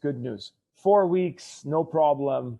Like, vitamins, vitamins, gas, you're good." But and I'm thinking like, oh fuck, I'm like that's not that bad. Like 4 weeks, like I'll take a week off, maybe I'll fly home. In Russia, if you got a week, if you could fly home for a week, that was like that was the ticket, like that was a bonus. That was a bonus that you didn't even know you got. All it took was breaking your neck to get a little vacay. And then he leaves, he comes back, and he's like, "Oh, sorry, bad translation. Broken neck 2 places, at minimum 4 months." I was like, "What the fuck? Where do we go from 4? Like, what kind of bad translation? Was it Google? Like." no breaks in my neck, 4 weeks to broken neck, like 2 places. Oh my god! They were looking at an MRI of a foot too when they diagnosed you first. Wrong X-ray. Wrong foot. Sorry, I'm like, I broke my neck. Like, oh yeah, okay, wrong neck. Your ankle strength looks unbelievable. But anyways, I'm in the hallway at the time, right? Like, just in my hockey stuff still. And they're like, "Oh, we're gonna try to take this off." They're like trying to take it off over my neck. I'm like, "Just cut this. Cut it off, boys. Cut it off." They're like, "Oh, we ruin it." I'm like, "No." They're like, "We already sold your jersey, so we have to get this game worn jersey to that fan." Yeah, low on vitamins. They're like, "We bought you out already before you broke your neck, right? You signed." I'm like, no. But so they're like, "Okay, we're gonna just like your Under Armour, like your Gitch, we're gonna cut it off." I'm like, "Oh, I have 2 pairs of like core shorts. Just leave one of them on." And then they're like, "Oh, okay." So they just cut everything off. I'm like butt naked in this hallway in a public hospital. People are like passing by, like just like looking at me. And in Magny, it's like a small town. Like, we won the championship the year before. Everybody knows who you are. They're like all excited. I'm naked. I got like one hand on my nuts. And then the x-ray lady comes over with all these papers. And I'm thinking like, oh, fuck, I need a translator. I'm not signing my life away for some surgery that I never wake up from right now. And she just hands me a blank piece of paper. She just wants an autograph. So I'm butt naked, a hand on my nuts, signing an autograph for Alexei, her son. And she's like, I'll hold your nuts. Yeah, she like grabs my nuts here, gets the tweezers out for my dick, and then and I thought I had like such a good laugh from it, like doing it, that I was like, you know what, like I know like my neck's broken at this point, but like I laughed and I was like, I can't wait to tell the boys this story when I get home, and I was like, it's gonna be okay. Oh, I thought it was going somewhere else. A happier ending. I had my hands down my pants. Quite the storyteller there. Those Russians are hot. Oh my God. What did you do? Like, were you in a neck brace? What was the flight home like? Like, how did that all happen? How did it all go after that? So I was at the hospital for like 8 or 9 days. And the team had flown out to China actually to visit my next home. But they were in China, so I didn't have anybody around. And one of the goalie coach's wife was from Detroit. She came every day with a hot lunch and dinner that she cooked in these like bags. So I had like these amazing meals the whole time I was in the hospital. This like sweet like wife, you know, like this sweet lady was just bringing me meals. So that like really got me through it. Then I was at home for 10 days, just like in bed the whole time. As soon as I could like get up for 20 minutes, because I would get up for 10 minutes to get to the bathroom, and I would, you know, throw up pretty much. Like it was like so hard for me to get up in the next brace. But as soon as I could like stay up or sit for 20 minutes, I was like, give me a couple perks, get me on the plane. Yeah, like, I need to get home. I got a business class seat, laid down the whole way. Got, you know, I had a wheelchair from each plane, because you know how to get home from Russia is like 10 those layovers in like Turkey and shit. Yeah. But I ended up getting home and then started talking to the doctors, and you know, the first doctor's like, wait 3-4 months, and you have 2 breaks, but they were such clean breaks through the bones that they thought they would heal. They're like, if you wear a neck brace for 3-4 months, we think they're going to heal. So I wore a neck brace. After 3 months, there was like 0% on one of the breaks that healed. And at this point I was like, okay, what do I do? Dr. Foreman, who's the Leafs doctor, he's like a friend of ours. He lives on the street, and he was like, this is like, if I had one of the NHL, like the Leafs guys break their neck, this is who I would send them to, like, go see this guy. So I went to Dr. Ford at Sunnybrook Hospital in Toronto, and he was like, do you want to play again? And at that point I was like all these doctors, Dr. Gallia, Dr. Foreman, they're like, why are you playing? Like, you don't need to play anymore. You have kids, like enough is enough. My wife was pregnant at the time. We had my son, but my wife was like 6 months pregnant, and I couldn't even lift my son out of the crib. Like, he'd be crying. That was like the toughest moment I think in my life at the time. Like, seeing my son in the morning crying, like wanting me to pick him up, and I wasn't allowed to lift more than 10 pounds. Like, I couldn't lift him out of the crib. And then like I was thinking, like, what if this doesn't heal? Like, what if I can't play sports with my son? I can't live a normal life. I was like 32 years old. I'm like, what does my life look like for, you know, moving forward? So I saw the doc. He's like, do you want to play again? If you have this surgery, we've had football guys have this surgery and they could play. So like, you could play hockey again. And then we found out that the Olympics, like that the NHL guys weren't going to the Olympics. And that was like right away. I was like, I want to play. I'm having this surgery. Like, this is gonna be what's gonna motivate me to like do the rehab. Because I talked to Matty Nickel, and he's like, if you don't have the motivation, you won't be able to do it. Like, it's like you need something to like get you through the days, because it's gonna be a long road. I knew that, like, I'd been in the brace for 4 months at that point. Like, I knew that, like, if I didn't have that motivation to have the brace on again for another 4 months after the surgery, like, that's happen. Let's talk about Matty Nickel, because he was a big part of getting you back to playing hockey. I actually spoke to him before you hopped on, and when probably talking about the best hockey trainers on the planet, his name will always come up in the group of top guys, and he is a 10 out of 10 human being before anything else. Yeah. How important was it, the fact that you probably knew him going into this, but how vital was he having being by your side this whole thing? man, him and like I called Gary Roberts right away because Matt and Gary are like really close, and Gary had broken his neck as well, right? So it was like, I called Gary and I was like, Gary, like, should I do this surgery? Like, can I like what do you think? You know, like I trained with him. He knows what I'm like. And he's like, you know what, you're diligent about your training. He's like, if you have this surgery, I think you can get through it. I think you can play again. So, and having Maddie there, like, Maddie's the best. Like, all the surgeries I had, Maddie, like, got me back to playing hockey. He was one of those guys too, like, you go into a slump, you, like, have a couple bad games, Maddie would, like, message you.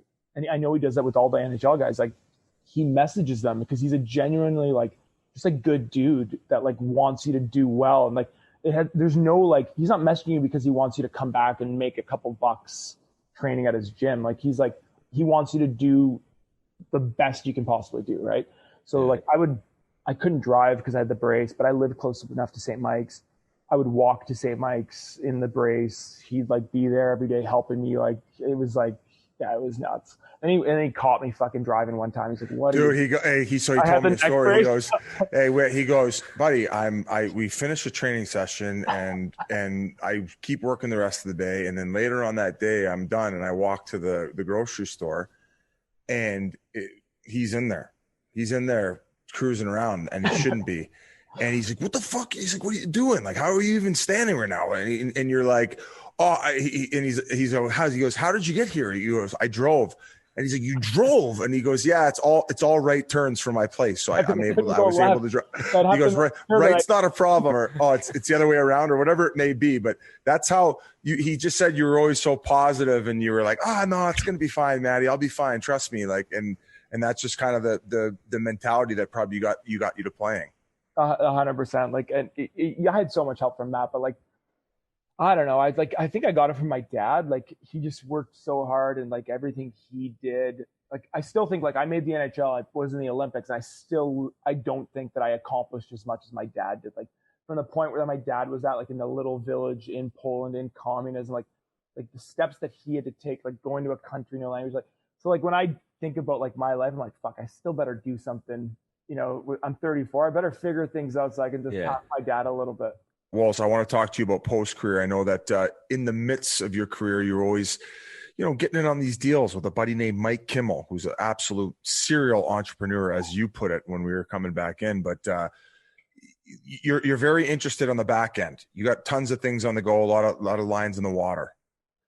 Yeah, I was lucky enough that you mentioned my other best friend, Frank Selke, but like Mike Kimmel, we met like when I was 20 years old through another buddy that I went to St. Mike's with, which is like so crazy that everything comes back to that. But he's a serial entrepreneur. His brother is also really big into business and real estate. They're two of my closest friends, and they've been so generous to let me in on some of these business ventures and some of these deals and real estate developments. But I've always been interested in that stuff because of Mike, probably like my whole career.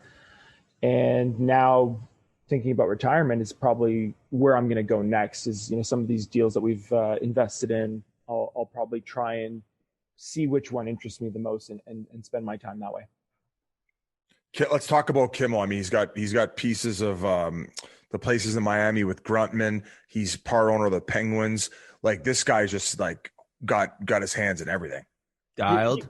He's dialed. He's a stud. But like if you met him, he's one of the most humble human beings in the world. Same with his brother. Their whole family, they just give. Like they're awesome. Like the amount of money they give to charities and just always trying to help people. And anytime you ask for anything, they're the first to like give their hand out and help you. So I can't say like anything more about him, but he's just the greatest guy ever. But he's in Komodo and Swan and the Pittsburgh Penguins and esports in Toronto. And I've been, lucky enough to be in some of these. We have a vodka. I don't know if I'm allowed to plug. No, we're cock blocking that. Sorry, buddy. Hey, gas that one, Granelli. Yeah. We have a tequila. Can I mention the tequila? Yeah. Oh, this guy.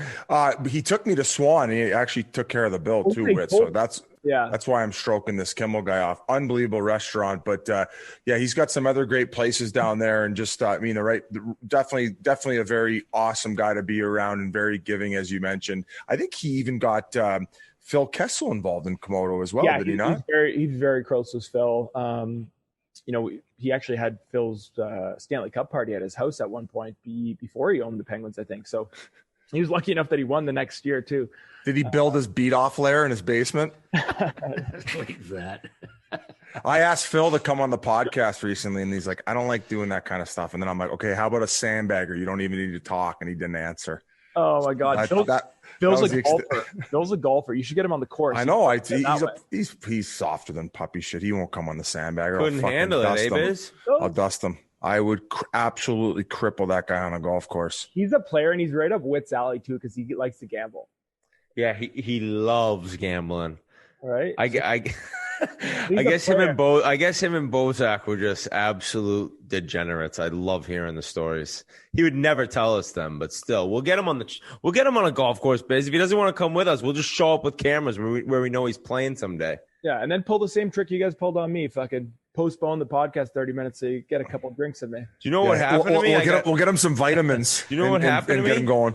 I got hacked. I got hacked everywhere. Instagram, email, everything. That's why I was at 7:50. And I called Grinelli. I'm like, dude, I can't do this interview. I got to change all my passwords and shit. That's why we pushed you back. And because we're going to be seeing Witt's dick on the internet pretty soon. So let's celebrate. How many dick pics are out there? I haven't seen it since the Mellon Arena showers. Let's go, baby. It's just my wife's screensaver. So as long as he didn't get into her phone, we should be good. Oh, Witt, you know what I was actually going to say? I heard you had another kid. Congrats. Thank you very much, buddy. I'm right in the middle of it, right in the thick of it. But 2 boys. You said you had 3? What is girl, boy, or what? Got a boy and 2 girls. They're back there on my. Awesome, man. So what is your oldest the boy? How old is he now? He's 5.5, and we're like, I'm taking him skating. I said that I wasn't going to be that dad, that wanted him to play hockey. Yeah. I really tried. I didn't even he didn't want to play. Every time I gave him a stick, he'd throw it in the fire. But I'm every day on the outdoor rink now. And Eric Lindros his twins they were in my kids' class last year, and his kids are so good. Oh my God! There's coming a second wave, and there's 2 of them. Oh boy! Leafs fans are stroking their cocks off right now. What are their names? No, his. I hope I don't get him. He's gonna beat me up probably when he sees me at school. But he's so big too. Fuck. But his daughter is Soph and Ryan. They're in Weston's class last year, and Weston has my son has the biggest crush on his daughter, and they're really? pen pals and stuff. So it's actually been the best thing ever because when they go on the ice, he wants to go. He hated hockey, but he wants to go on because she goes on, and she's really good. And his older son Carl's really, really good. So they're no surprise there. We're always on the ice on the outdoor rink. We were there a couple hours ago, just playing tag for an hour, skating around, and they had a blast. But yeah, I've got 3 kids, and my wife told me yesterday she wants another one. She's like, it's gonna be with you or without you, so get on board. Oh, shit! Yeah, that'll do back to Russia for the payday. Yeah. But I said I was talking to a GM. I was like, I could hit this KHL season before the deadline. No, just do a couple more Battle of Blades. Bring home a couple more purses. Witt looks like a comrade right now. He's got the Russian fucking. So military hat on. This hat, I actually traded the security guy at Torpedo. Yeah, that's the guy I have. Yeah.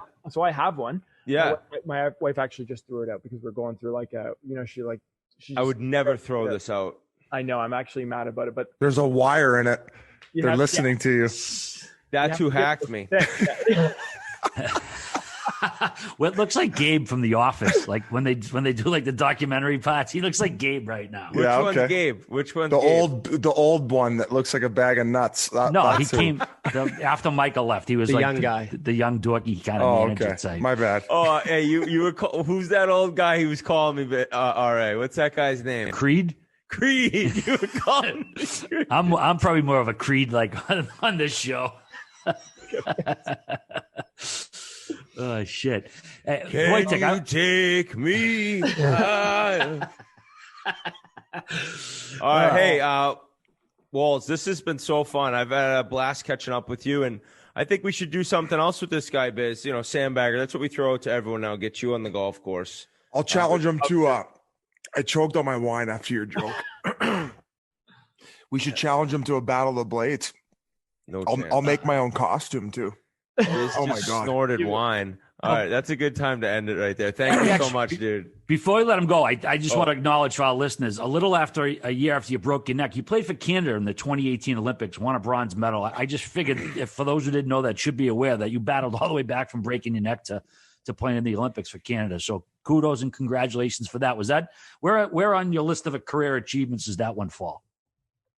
Say Battle of the Blades, Olympics. No, the Olympics is the peak. Like that's like, I'm not like pissed about it, but like we should have won. Like we should have fucking beat Germany and made that finals. But winning a bronze medal was still so incredible, and going there and being in the Olympics, that experience, the opening ceremony, like I never ever thought that I would play in the Olympics, and I got to do it, right? And I had my whole family. Like I think we had 12 or 14 people fly to South Korea, and they partied for 2 weeks and they had a blast. So it was like I got the cool experience, they got the cool experience, and it's something I'll remember forever. I still look at pictures and like I can't even believe it. And I'm happy that I got to do that, especially after leaving the NHL. That was like winning a championship in Magnitogorsk, and then 2 years later winning a bronze medal in the Olympics. It kind of like tied and then I just, won another championship. No big deal. I'm a winner. Right now. Yeah. Tire pump. Yeah. Woo! Who wants to hire me? But yeah. 11. So, yeah. I actually know we're friends with one of the guys at 11. Biz will go. We'll have a good time. But it was pretty incredible. Like the Olympics, it's got to be like the peak. Talbot was on the team, wasn't he? Man, that guy's awesome. Max Talbot. Man, is like he was just such I had 2 goals. Guy. The guy had 2 goals in a 2-1 Game 7 for the Cup. Jam. Yep. And he brought it up every time we drank. Oh yeah. Oh yeah. Talbot. He came on here. I feel like he was the guy who felt like I don't want to say didn't belong, but like he was like you at the Olympics. He's like, oh my God, like I made it to the NHL. Like he's just like a kind of a small town type guy. And yeah. I mean, how drunk was he at Mario's after they won that one, Whit? Storming in, because he used to have that modern house right behind it. He was it. Sick. Yeah. Right on Carson Street. His house was basically the whole club would go from like it was after hours. Lights on right over to Talbot's house. I might have gotten lucky a time or two there. Anyway, thank you for coming on. This was great, man. I knew you'd bring the noise, so hopefully we can get you on again and like maybe a sandbagger. I don't know. Maybe I'll bring some big money for that one if you want to. I know you got the big ticket now, Biz. Oh yeah, exactly. We'll let Whit pay for that. But thanks again, man. Great story, and our fans are gonna love it. All right, thanks, guys. Thank you so much, and congrats on the newly announced retirement. Thank you very much. Huge thanks to Wojtek for joining us, and once again, congrats to him on the big win, Battle of the Blades. I'm gonna have to check that out next time. It's a pretty interesting concept. Want to let you know also that his interview was brought to you by Dude Wipes. Dude Wipes are the original flushable wipes for guys. Everyone is stocking up on toilet paper with coronavirus. You need to be stocking up on Dude Wipes, as Dude Wipes are better than toilet paper and are multi-purpose to use anywhere on your body. Dude has many products to stay clean and hygienic during this interesting time and all the time. If you're not using these yet while dropping a deuce, do yourself a favor and check them out. You'll feel so much better and fresher rather than only using shitty toilet paper. They truly will change your life. The Dude brand also has expanded into a whole line of awesome products, including the new Dude Wiper 1000 bidet attachment, which is a lean, mean, poop-destroying machine, and Dude Bombs. Dude Bombs 2-in-1 bombs that you drop in the toilet prior to deucing. They create an indestructible barrier that instantly neutralizes stank in the air, leaving no trace of the crime. As seen on Shark Tank, Dude has something for everyone with your everyday hygiene needs. You can pick up their stuff at Amazon or Walmart, or use the code HOCKEY10 for 10% off at dudeproducts.com. calm. Check that stuff out. It's great, especially me in Florida. I've used them a ton of them this week.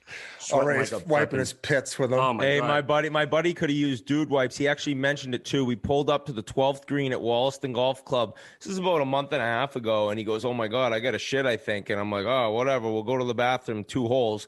We go down to the green. He's got a big par putt about 6 feet for our team. No shit. He comes flying out of nowhere when it's his turn. He goes, I gotta go. Knocks the putt while moving. It goes in, sprints into the woods. Has to shit in the woods. Had to use his brand new towel he just bought at Pinehurst. And he said, coming out, he goes, I wish I had some dude wipes. I swear, I was like, actually, he bought a brand new golf towel. He had to use the golf towel. Yeah, had to wipe his hoop after he dumped in the woods, but he made the putt on the run. And so, dude wipes, throw it in your golf bag. You never know when you got to drop a deuce in the woods. I'm not kidding you. Especially if you're going out on a big boys trip and playing golf. Some things may happen the night before where you got to smash. Yeah, and plain old toilet paper. Don't cut it. That's a life hack. You got to treat your cornhole right. What do you get bent over at the gift shop at the Pinehurst for the towel? Oh, probably yeah. $200. $75 for like a, I don't even know, actually. Oh, I would have took one from the bathroom, one of their towels. You had a big appearance since our last show. You appeared on the Kirk Minihane show. Oh, yeah. I love going pretty on. popular. Well, I shouldn't say I love going on. That was the first time I went on, but went in there. I listened to Kirk when he was on the EEI morning show in Boston. I was like, this guy's a nut, but he's hilarious, very quick-witted. And did you see what we did to that Captain Cons? Did you see the embarrassment? Oh, my God. He tried saying he was the biggest Bruce Springsteen fan at Barstool, and Minahan's like a guy who would stalk Bruce Springsteen. He's like that big of a fan. He can remember the albums and every single song in order of every goddamn album, and when the guy's first got his left ear pierced and what city he was in. And so he came on Cons and just couldn't answer one question.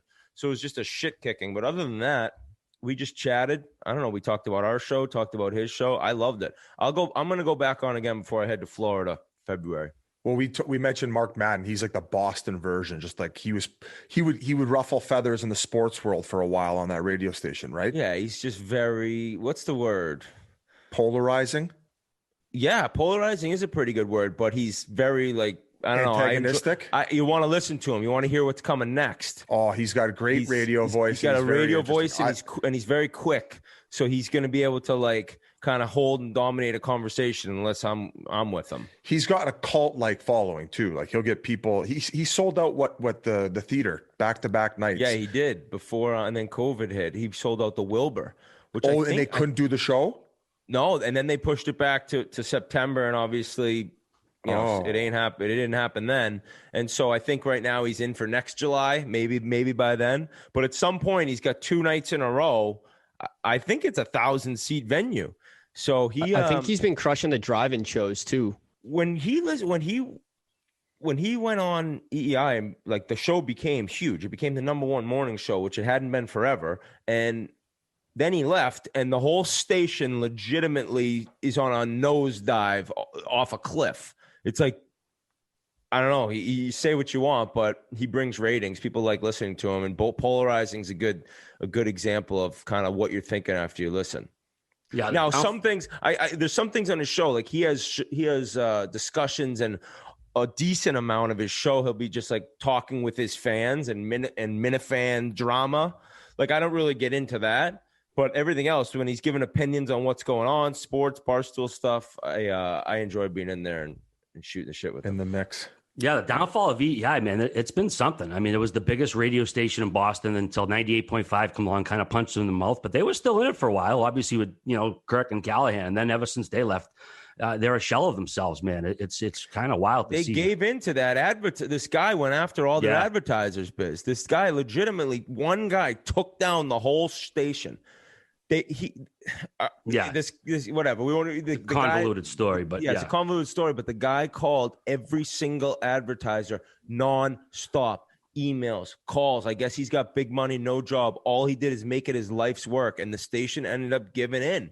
He is like an example of why you're so appreciative, or why we're so appreciative working at Barstool when they have your back and they won't just cower because some guy's nonstop complaining about what you're saying. Yeah. So the station's a shithole now.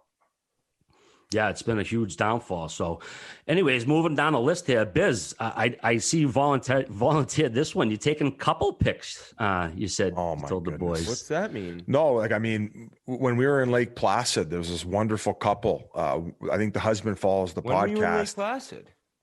Or was it Lake Placid that I went to? Lake Tahoe. Jesus Christ, I'm getting them mixed up because I think Yo, the man. Women's World Are we getting Championships. the wrong car in the morning at the grocery store?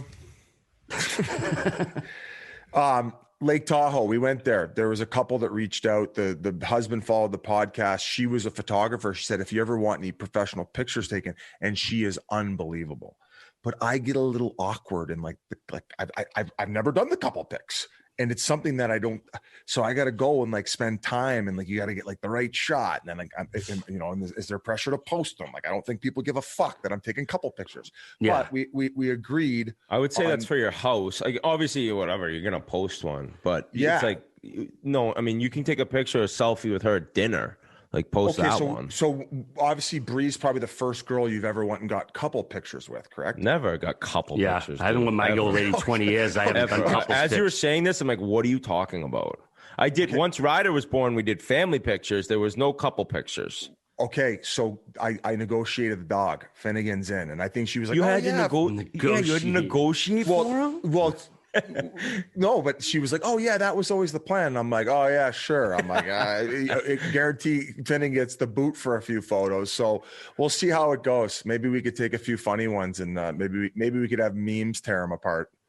Oh, memes putting me as Elf was so good. Because I'll take the Will Ferrell a lot. Same like terrible hair, just skinny fat. And I don't know what he did, but it was me. It was me as Elf in that meme. I was laughing out loud. Yeah, he's a fucking genius with that stuff. Some other sports news. We're making the rounds across all the sports today. The Cleveland Indians are going to get a new name. They're going to make the announcement this week. Spiders appears to be the favorite. There's some historical, representation there with that name, I guess. But I don't think there's any major surprise after what the Redskins have done. Well, or in the midst of doing, and the way the culture's gone lately. I'm not surprised they're getting away from this Indians name, especially after they got rid of the Wahoo logo a few years ago. So whatever. I'm not mad. I guess I'm indifferent at this stage. I mean, if they think they're told it genuinely offends people at this stage and they don't want to use it, I get it. I mean, I'm not the person who would be offended to say not to use it. So I don't know. I guess it really has no bearing on me one way or the other, Biz. Can't tell you the next time I'll watch the Cleveland Indians play baseball or the Cleveland Spiders play baseball. I could give if it's the right thing to do. Take it off. Find a new name. It's Chief Wahoo was a great logo. Though. Oh man, what a good mascot! Just his smile and his white teeth. It was a great, yeah. It was a good logo. Times are changing. If any Native Americans were offended by it, yeah, get rid of it. I'm gonna guess more like white people were offended than Native Americans, but nonetheless, it's gone. Yeah. So will they do a last run of merchandise, or is it like what's out there is done? Well, they've already phased the Chief Wahoo logo out over the last couple of years, so I'm sure they'll just sell off whatever they have because I don't know. I mean, it's been around for 100 years. I don't know. Does it go from inoffensive to offensive all of a sudden because they changed the name? Again, that's, I'm not one to tell people what to be offended by, but Correct. Either way, the Cleveland Indians after 100 plus years will cease to be that name anymore, and they're going to move on. And I think if you're going to change, man, you can do a lot worse than fucking spiders. Lots of potential there. I mean, it's a creepy bug, but it's a great logo.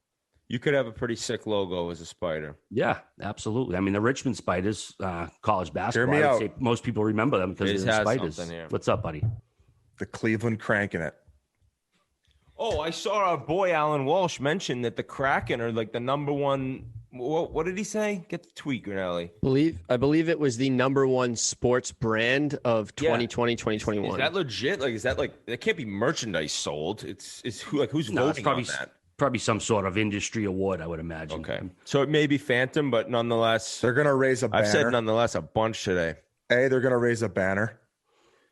No, that's what the Colts would do. Start the season. No, the Colts. Like the Preds would. The Colts were raising banners for wild card weekend wins in the playoffs at one point. Like a real bunch of losers, the Colts. We should have a vote. What's the most pathetic banner ever raised in professional sports? There's one wild card participant. No, there's one that takes the cake that I'm not thinking of that I will I'm gonna get on this big old computer here and check this out. But go ahead. That Kraken was Sports Business Daily's best brand of 2022. Yeah, there you go. Well, a Wayne Gretzky rookie sold for, what is it, $1.29 million? Holy shit. A 79 O-Peachy card, which is kind of like the Canadian version of Topps. I mean, people keep talking about cards coming back and, a pandemic, old guys my age going to their basement. Look, I don't think the market's coming back. I think there's just more attention to it because people doing stories. Like, to me, Biz, these things are like pieces of art. Like, the only people who are going to spend the kind of money on it are fellow, like, collectors. You know what I mean? Like, there are very few cards that reach this value. And I don't think that, we're going to see some, like, I don't know. Well, there's been a spike in the market as far as like the steady gross of amount of what cards are selling for over the time of the quarantine has definitely went up, like I would say 25 to 50%. Part of which because, the world shut down, there's not as many things to do. So people turn their attention back to cards. But I agree with you that there's only a certain community for it. But I mean, if you think it's something that eventually will gain value and it's an asset that you can sell to someone and not have to pay tax on it, yeah, it's a diversification at that point. And, you can buy the proper insurance and people who are smart about it can handle it as a business. So it's definitely seen a massive spike for sure. Like I got hired to do a content piece about it. So I'm releasing something with Upper Deck in the new year. So it's definitely spiked up as of right now. Has it ever in the past taken leaps this quickly? I don't think so. I would say back in like the late 80s, early 90s, there was a huge spike. But what happened is that ended up kind of flooding the market and everything just kind of dipped in value. I have a mint, legit mint in one of those screwdriver cases, Eiserman rookie card. Do you think that's worth anything? If it's in good condition, yeah, I would say. I have no idea what, because I haven't looked at a book in years. But so you know what? I might have sent it into him and had him sign it. I swear to God, should probably ruin the value. Yeah, it decreases actually. The banner, it was the 2014 in Indianapolis Colts put an AFC finalist banner, but the funniest one is the 2013 Washington Mystics hung up a WNBA attendance record banner. They had the best attendance that season. That's a tough one. That is the banner I was thinking of. We had the one. most fans this year. All right. I'm sorry, Biz, were you going to say something? Well, so didn't it tell you what the card sold previous and when? Because that'll be able to tell you everything. Yeah, it was sold for 1.29. I think I might have sold for $1 million before. Yeah, there was an increase in it. I just mean like rare cards going up in value. That doesn't mean like all of a sudden all these shit cards are going to go up in value. I guess that's my overall point. You know what I mean? Like there's so many cards out there. The old, the very rare ones with guys like Gretzky, yeah, they're going to be worth a ton of money, but that doesn't mean, 40-cent cards are going to go up to $4 all of a sudden. I don't think it has the ripple effect throughout every single card out there. Okay. You got to be rich as shit, though, to just spend that much money for nothing. Just also what they've done with them, too. They can make them where they got like a piece of their jersey in it that was only worn one time. That jersey, never was used for another card. It was used in like a championship game. He also signed it, and it's like 2 inches thick. So they've done all these. And as they're playing now, the values to where you think they're going to go, like a Mahomes rookie card now, is valued like ridiculous because they're like, hey, he's on pace. So if he starts dropping off, there was a funny tweet somebody sent out about Aaron Donald. They're like, dude, I got these at such a bargain. Like when he pops off next season, these things are going to double in value. And he'd bought in like, I don't know, like 15 or 20 $50 cards. And Aaron Donald has not had the best season, to say the least. So this kid has definitely lost on his investment. But overall, I think there has been a spike, kind of like you said there was in the 80s, RA. Yeah, and I'm not sure if the seller paid off his student loans or not, but you can get your student loans under control by refinancing with Earnest. If you've been making the same monthly payment on your student loans for the last couple of years, odds are you could reduce your payment and save by refinancing with Earnest. Even if you've refinanced before, with today's low rate environment, most people could save by refinancing again. Checking your new rate is fast and easy. To start, complete a few questions online. It only takes 2 minutes. Then you'll get a personalized rate estimate without affecting your credit score. Want to change your monthly payment, combine many loans into one easy payment, or get a better rate? Earnest makes it easy. There's no origination fee or any fees. Plus, the internet loves Earnest customer service. They're rated 9.4 out of 10 on Trustpilot. And now you can get a $100 cash bonus when you refinance a student loan with earnest.com/chiclets. That's EARNEST.com/chiclets, CHICLETS. Once again, you get a $100 cash bonus when you refi your student loan at earnest.com/chiclets, not available in all states. Visit earnest.com/chiclets for more details. Terms and conditions apply. Earnest student loan refinance loans are made by Earnest Operations, LLC, NMLS number 1204917, California Financing Law License number 6054788, 303 2nd Street, Suite 401N, San Francisco, California, 94107. Visit earnest.com/licenses for a full list of licensed states. How you like that, Biz? Mac Jones. What was the number? 281-334-8. I don't know. Mike Jones. I'm just rolling at fucking that point. All Yeah, right, I'm boys. just guessing. Want to bring up a couple other things here. There was an article in The Athletic on longtime NHLer Mark Parrish. Just a real tough read. He's been battling alcoholism for years, and basically the article takes you through his journey of getting sober. And it's tough to read. All those articles always are, but I think the purpose of them is to let people know that there's help out there for people who need to read that stuff. Will see it and maybe reach out, because he had friends who cared about him, and it can be tough to reach out to a friend who's going through that stuff. It's not comfortable. But I think that article, one of the points of it was like, if you have friends in these positions, reach out to them and let them know that help's available. But it was a tough read either way. Yeah, it was tough. And I got the chance to work with Mark briefly. I think he was kind of coming into NHL Network as I was leaving.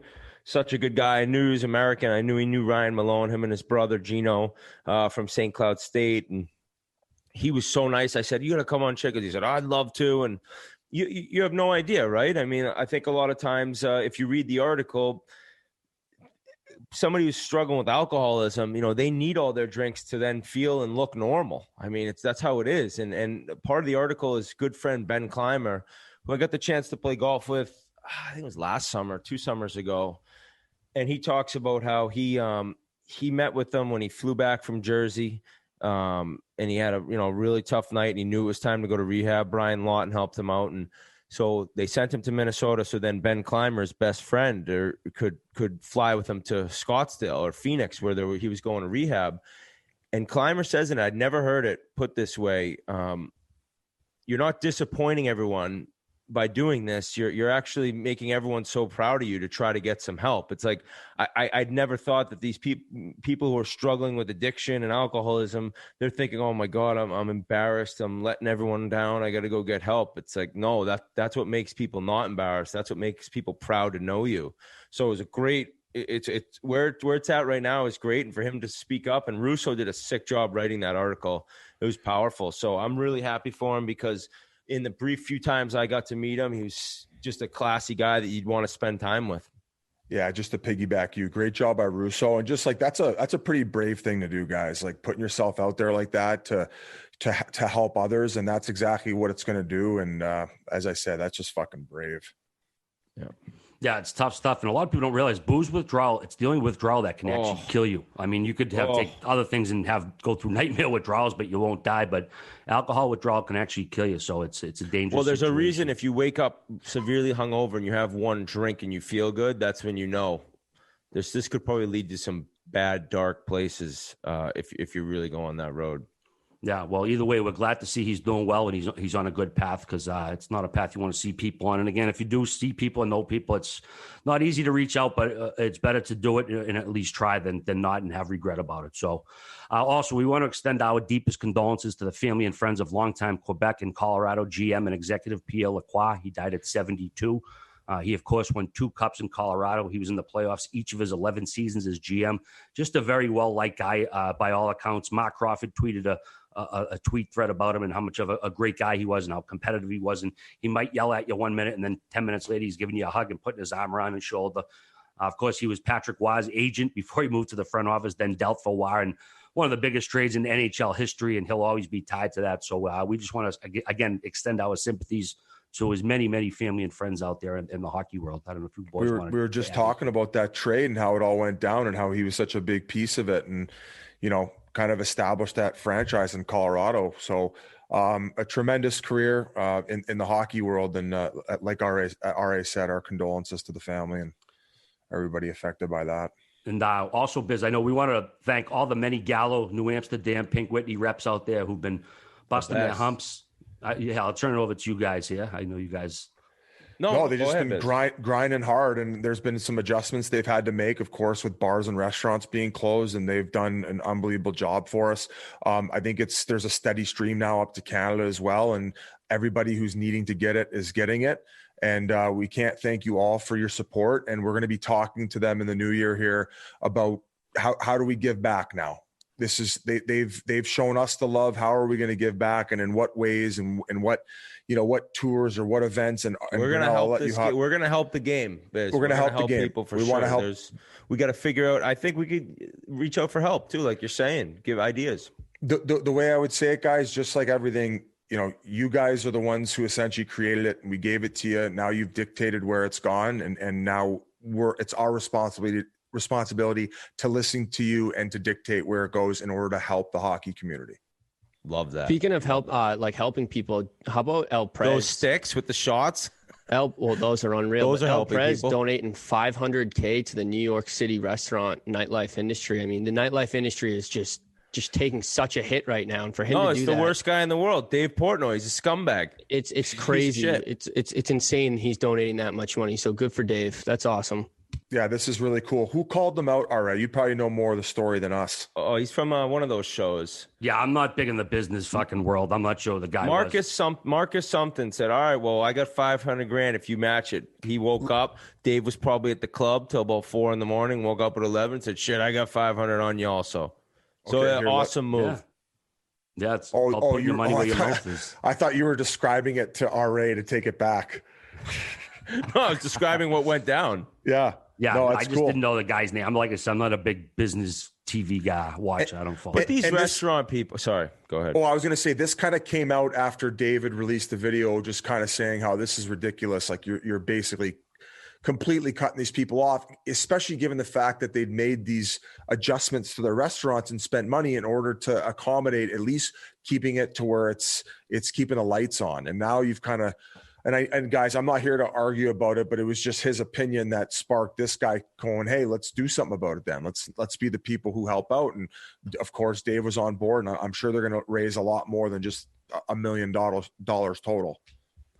Yeah, I even had a good buddy of mine, Mike Shaw, who's owner of Fat Baby in South Boston, Loco. He part owns that, and he gave a great message. You can check it out all over the internet. I think Gaz retweeted a bunch of people, just that these people are doing whatever they can, and they're trying to figure out what neighborhoods are going to look like when this is all done. And there's restaurants, there used to be 30, now there's 7.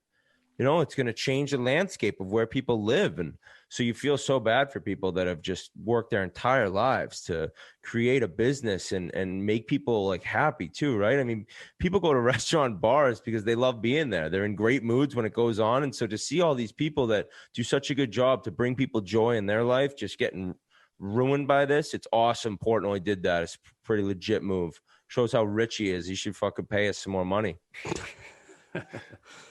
All right, moving right along. Maybe you could buy cars that aren't lemons.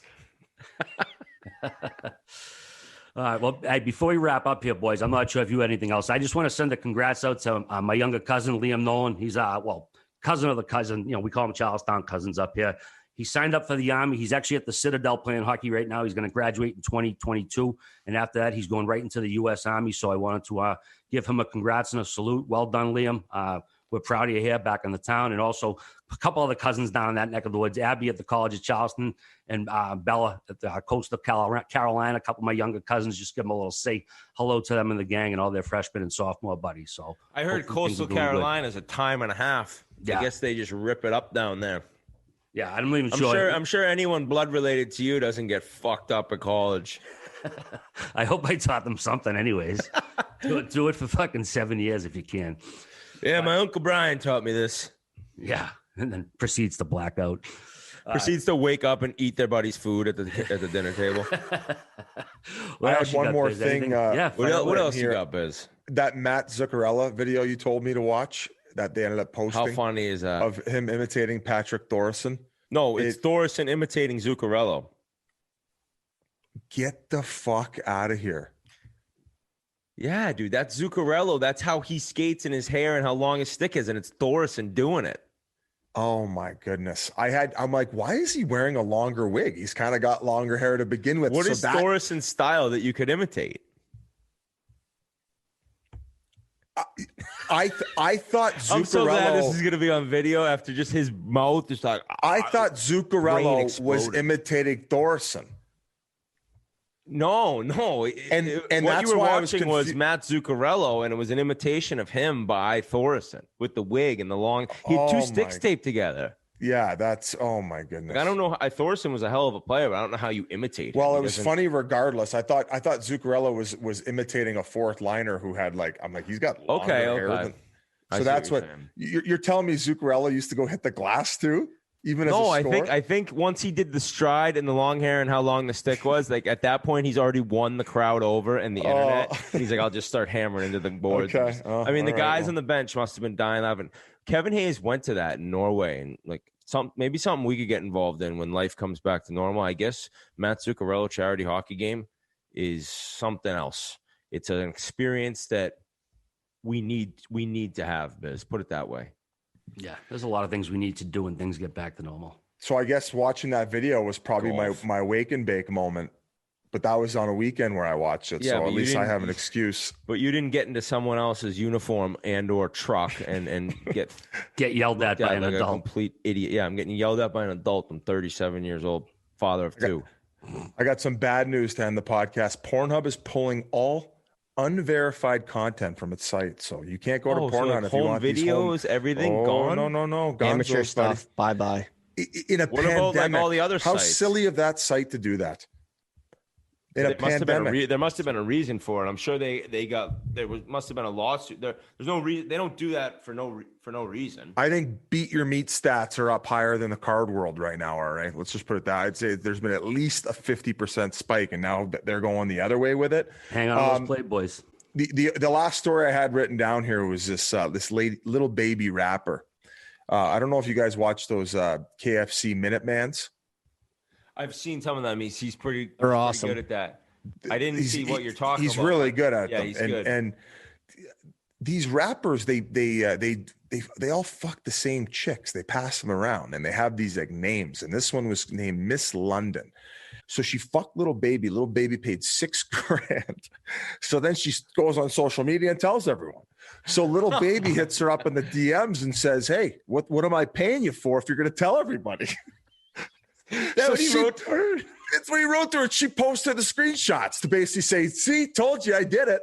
When KFC said his reply, I was in tears at the fact that he even addressed her back. They did a post that said, I'll be honest. Had a bunch of celebrities that were like, "Oh, you're the 1 minute man." Like they started. It's the same way I said on Minahan's podcast. The time we were out with Dave at I don't remember what that place was called. Everyone was like, "You're the pizza guy. You're the pizza guy." And now it's the celebrities that they're interviewing for KFC Radio are saying they're seeing Kevin like, "Oh, you're the 1 minute man."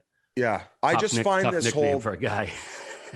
Oh yeah, but I'd say one of my one thing that I'm addicted to. I don't want to say I'm embarrassed. I'm all about the rap game. I want to know what's the latest. What's happening here? What's Cardi B saying? Who's she fighting with? I don't give a shit or know anything about that, but I like hearing that type story. Oh, there's plenty more, man. The rap game is nuts. It's a full-fledged comp. We should have a weekly or monthly Yandel and Hayes rap game wrap up. The rap game wrap up. There we go. We could even throw the rap rink in there one time and have Colin White say what he knows about rap, which is probably as much as he knows about the guest rules at Dedham when he brought 19 cameramen. All right, were you following the past beefs?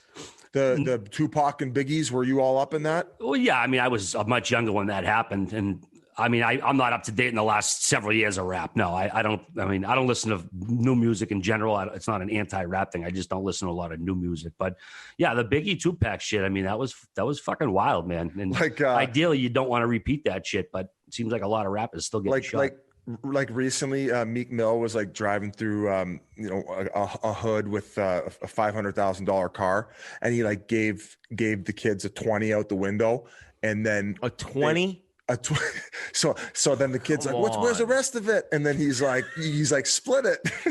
So then all of a sudden, Good like the internet turned on Meek Mill for a couple of days, and like, he's probably had to defend himself at some point. He was a joke. I remember he was a joke. He got crushed by Drake, but then he went to prison, and then he was cool again. No, he's good. He's got his own flow. He kind of runs the whole Philly crowd. I'm saying he was a joke at one point, though. I think that he lost in that Drake battle because he was a little out of line, and I don't know how it all started. I forget how it all began. But here's one. So when Meek Mill did a show in Toronto, I believe that the hotel that he checked into, let's say Four Seasons or the Ritz or whatever, Drake rented out the whole top floor above him while he stayed there and blared his back-to-back song or like his rap. Like, that's how petty this shit gets. It's crazy, man. It's crazy. The rap game is crazy, man. I mean, you're just immediately switching hotels, but still, yeah, that's vindictive. Yeah, it's vindictive. Is right. And then the beat between Cardi B and who's the other one? Nicki Minaj. Let's not get into it, but you might have your golf talk. We're going to have the rap talk. All right. I'm in with that. All right, boys. I think that just about wraps it up. We covered a bevy of topics tonight, considering there's not much hockey going on. I don't even know what we talked about. Yeah, I've baseball, football, everything but the sick league, which is actually back too. Any NBA exhibition. We'll save that for next episode, though. These guys making 40 sheets a year, man. God bless 40. Them. All right, boys. Such a bad league. Fun episode. Again, this is dropping on Tuesdays. We'll be on Tuesdays going forward until further notice. So that's YouTube on Thursday, baby. YouTube on Thursday. So everybody have a fantastic week out there, and we'll check back in a week. Peace.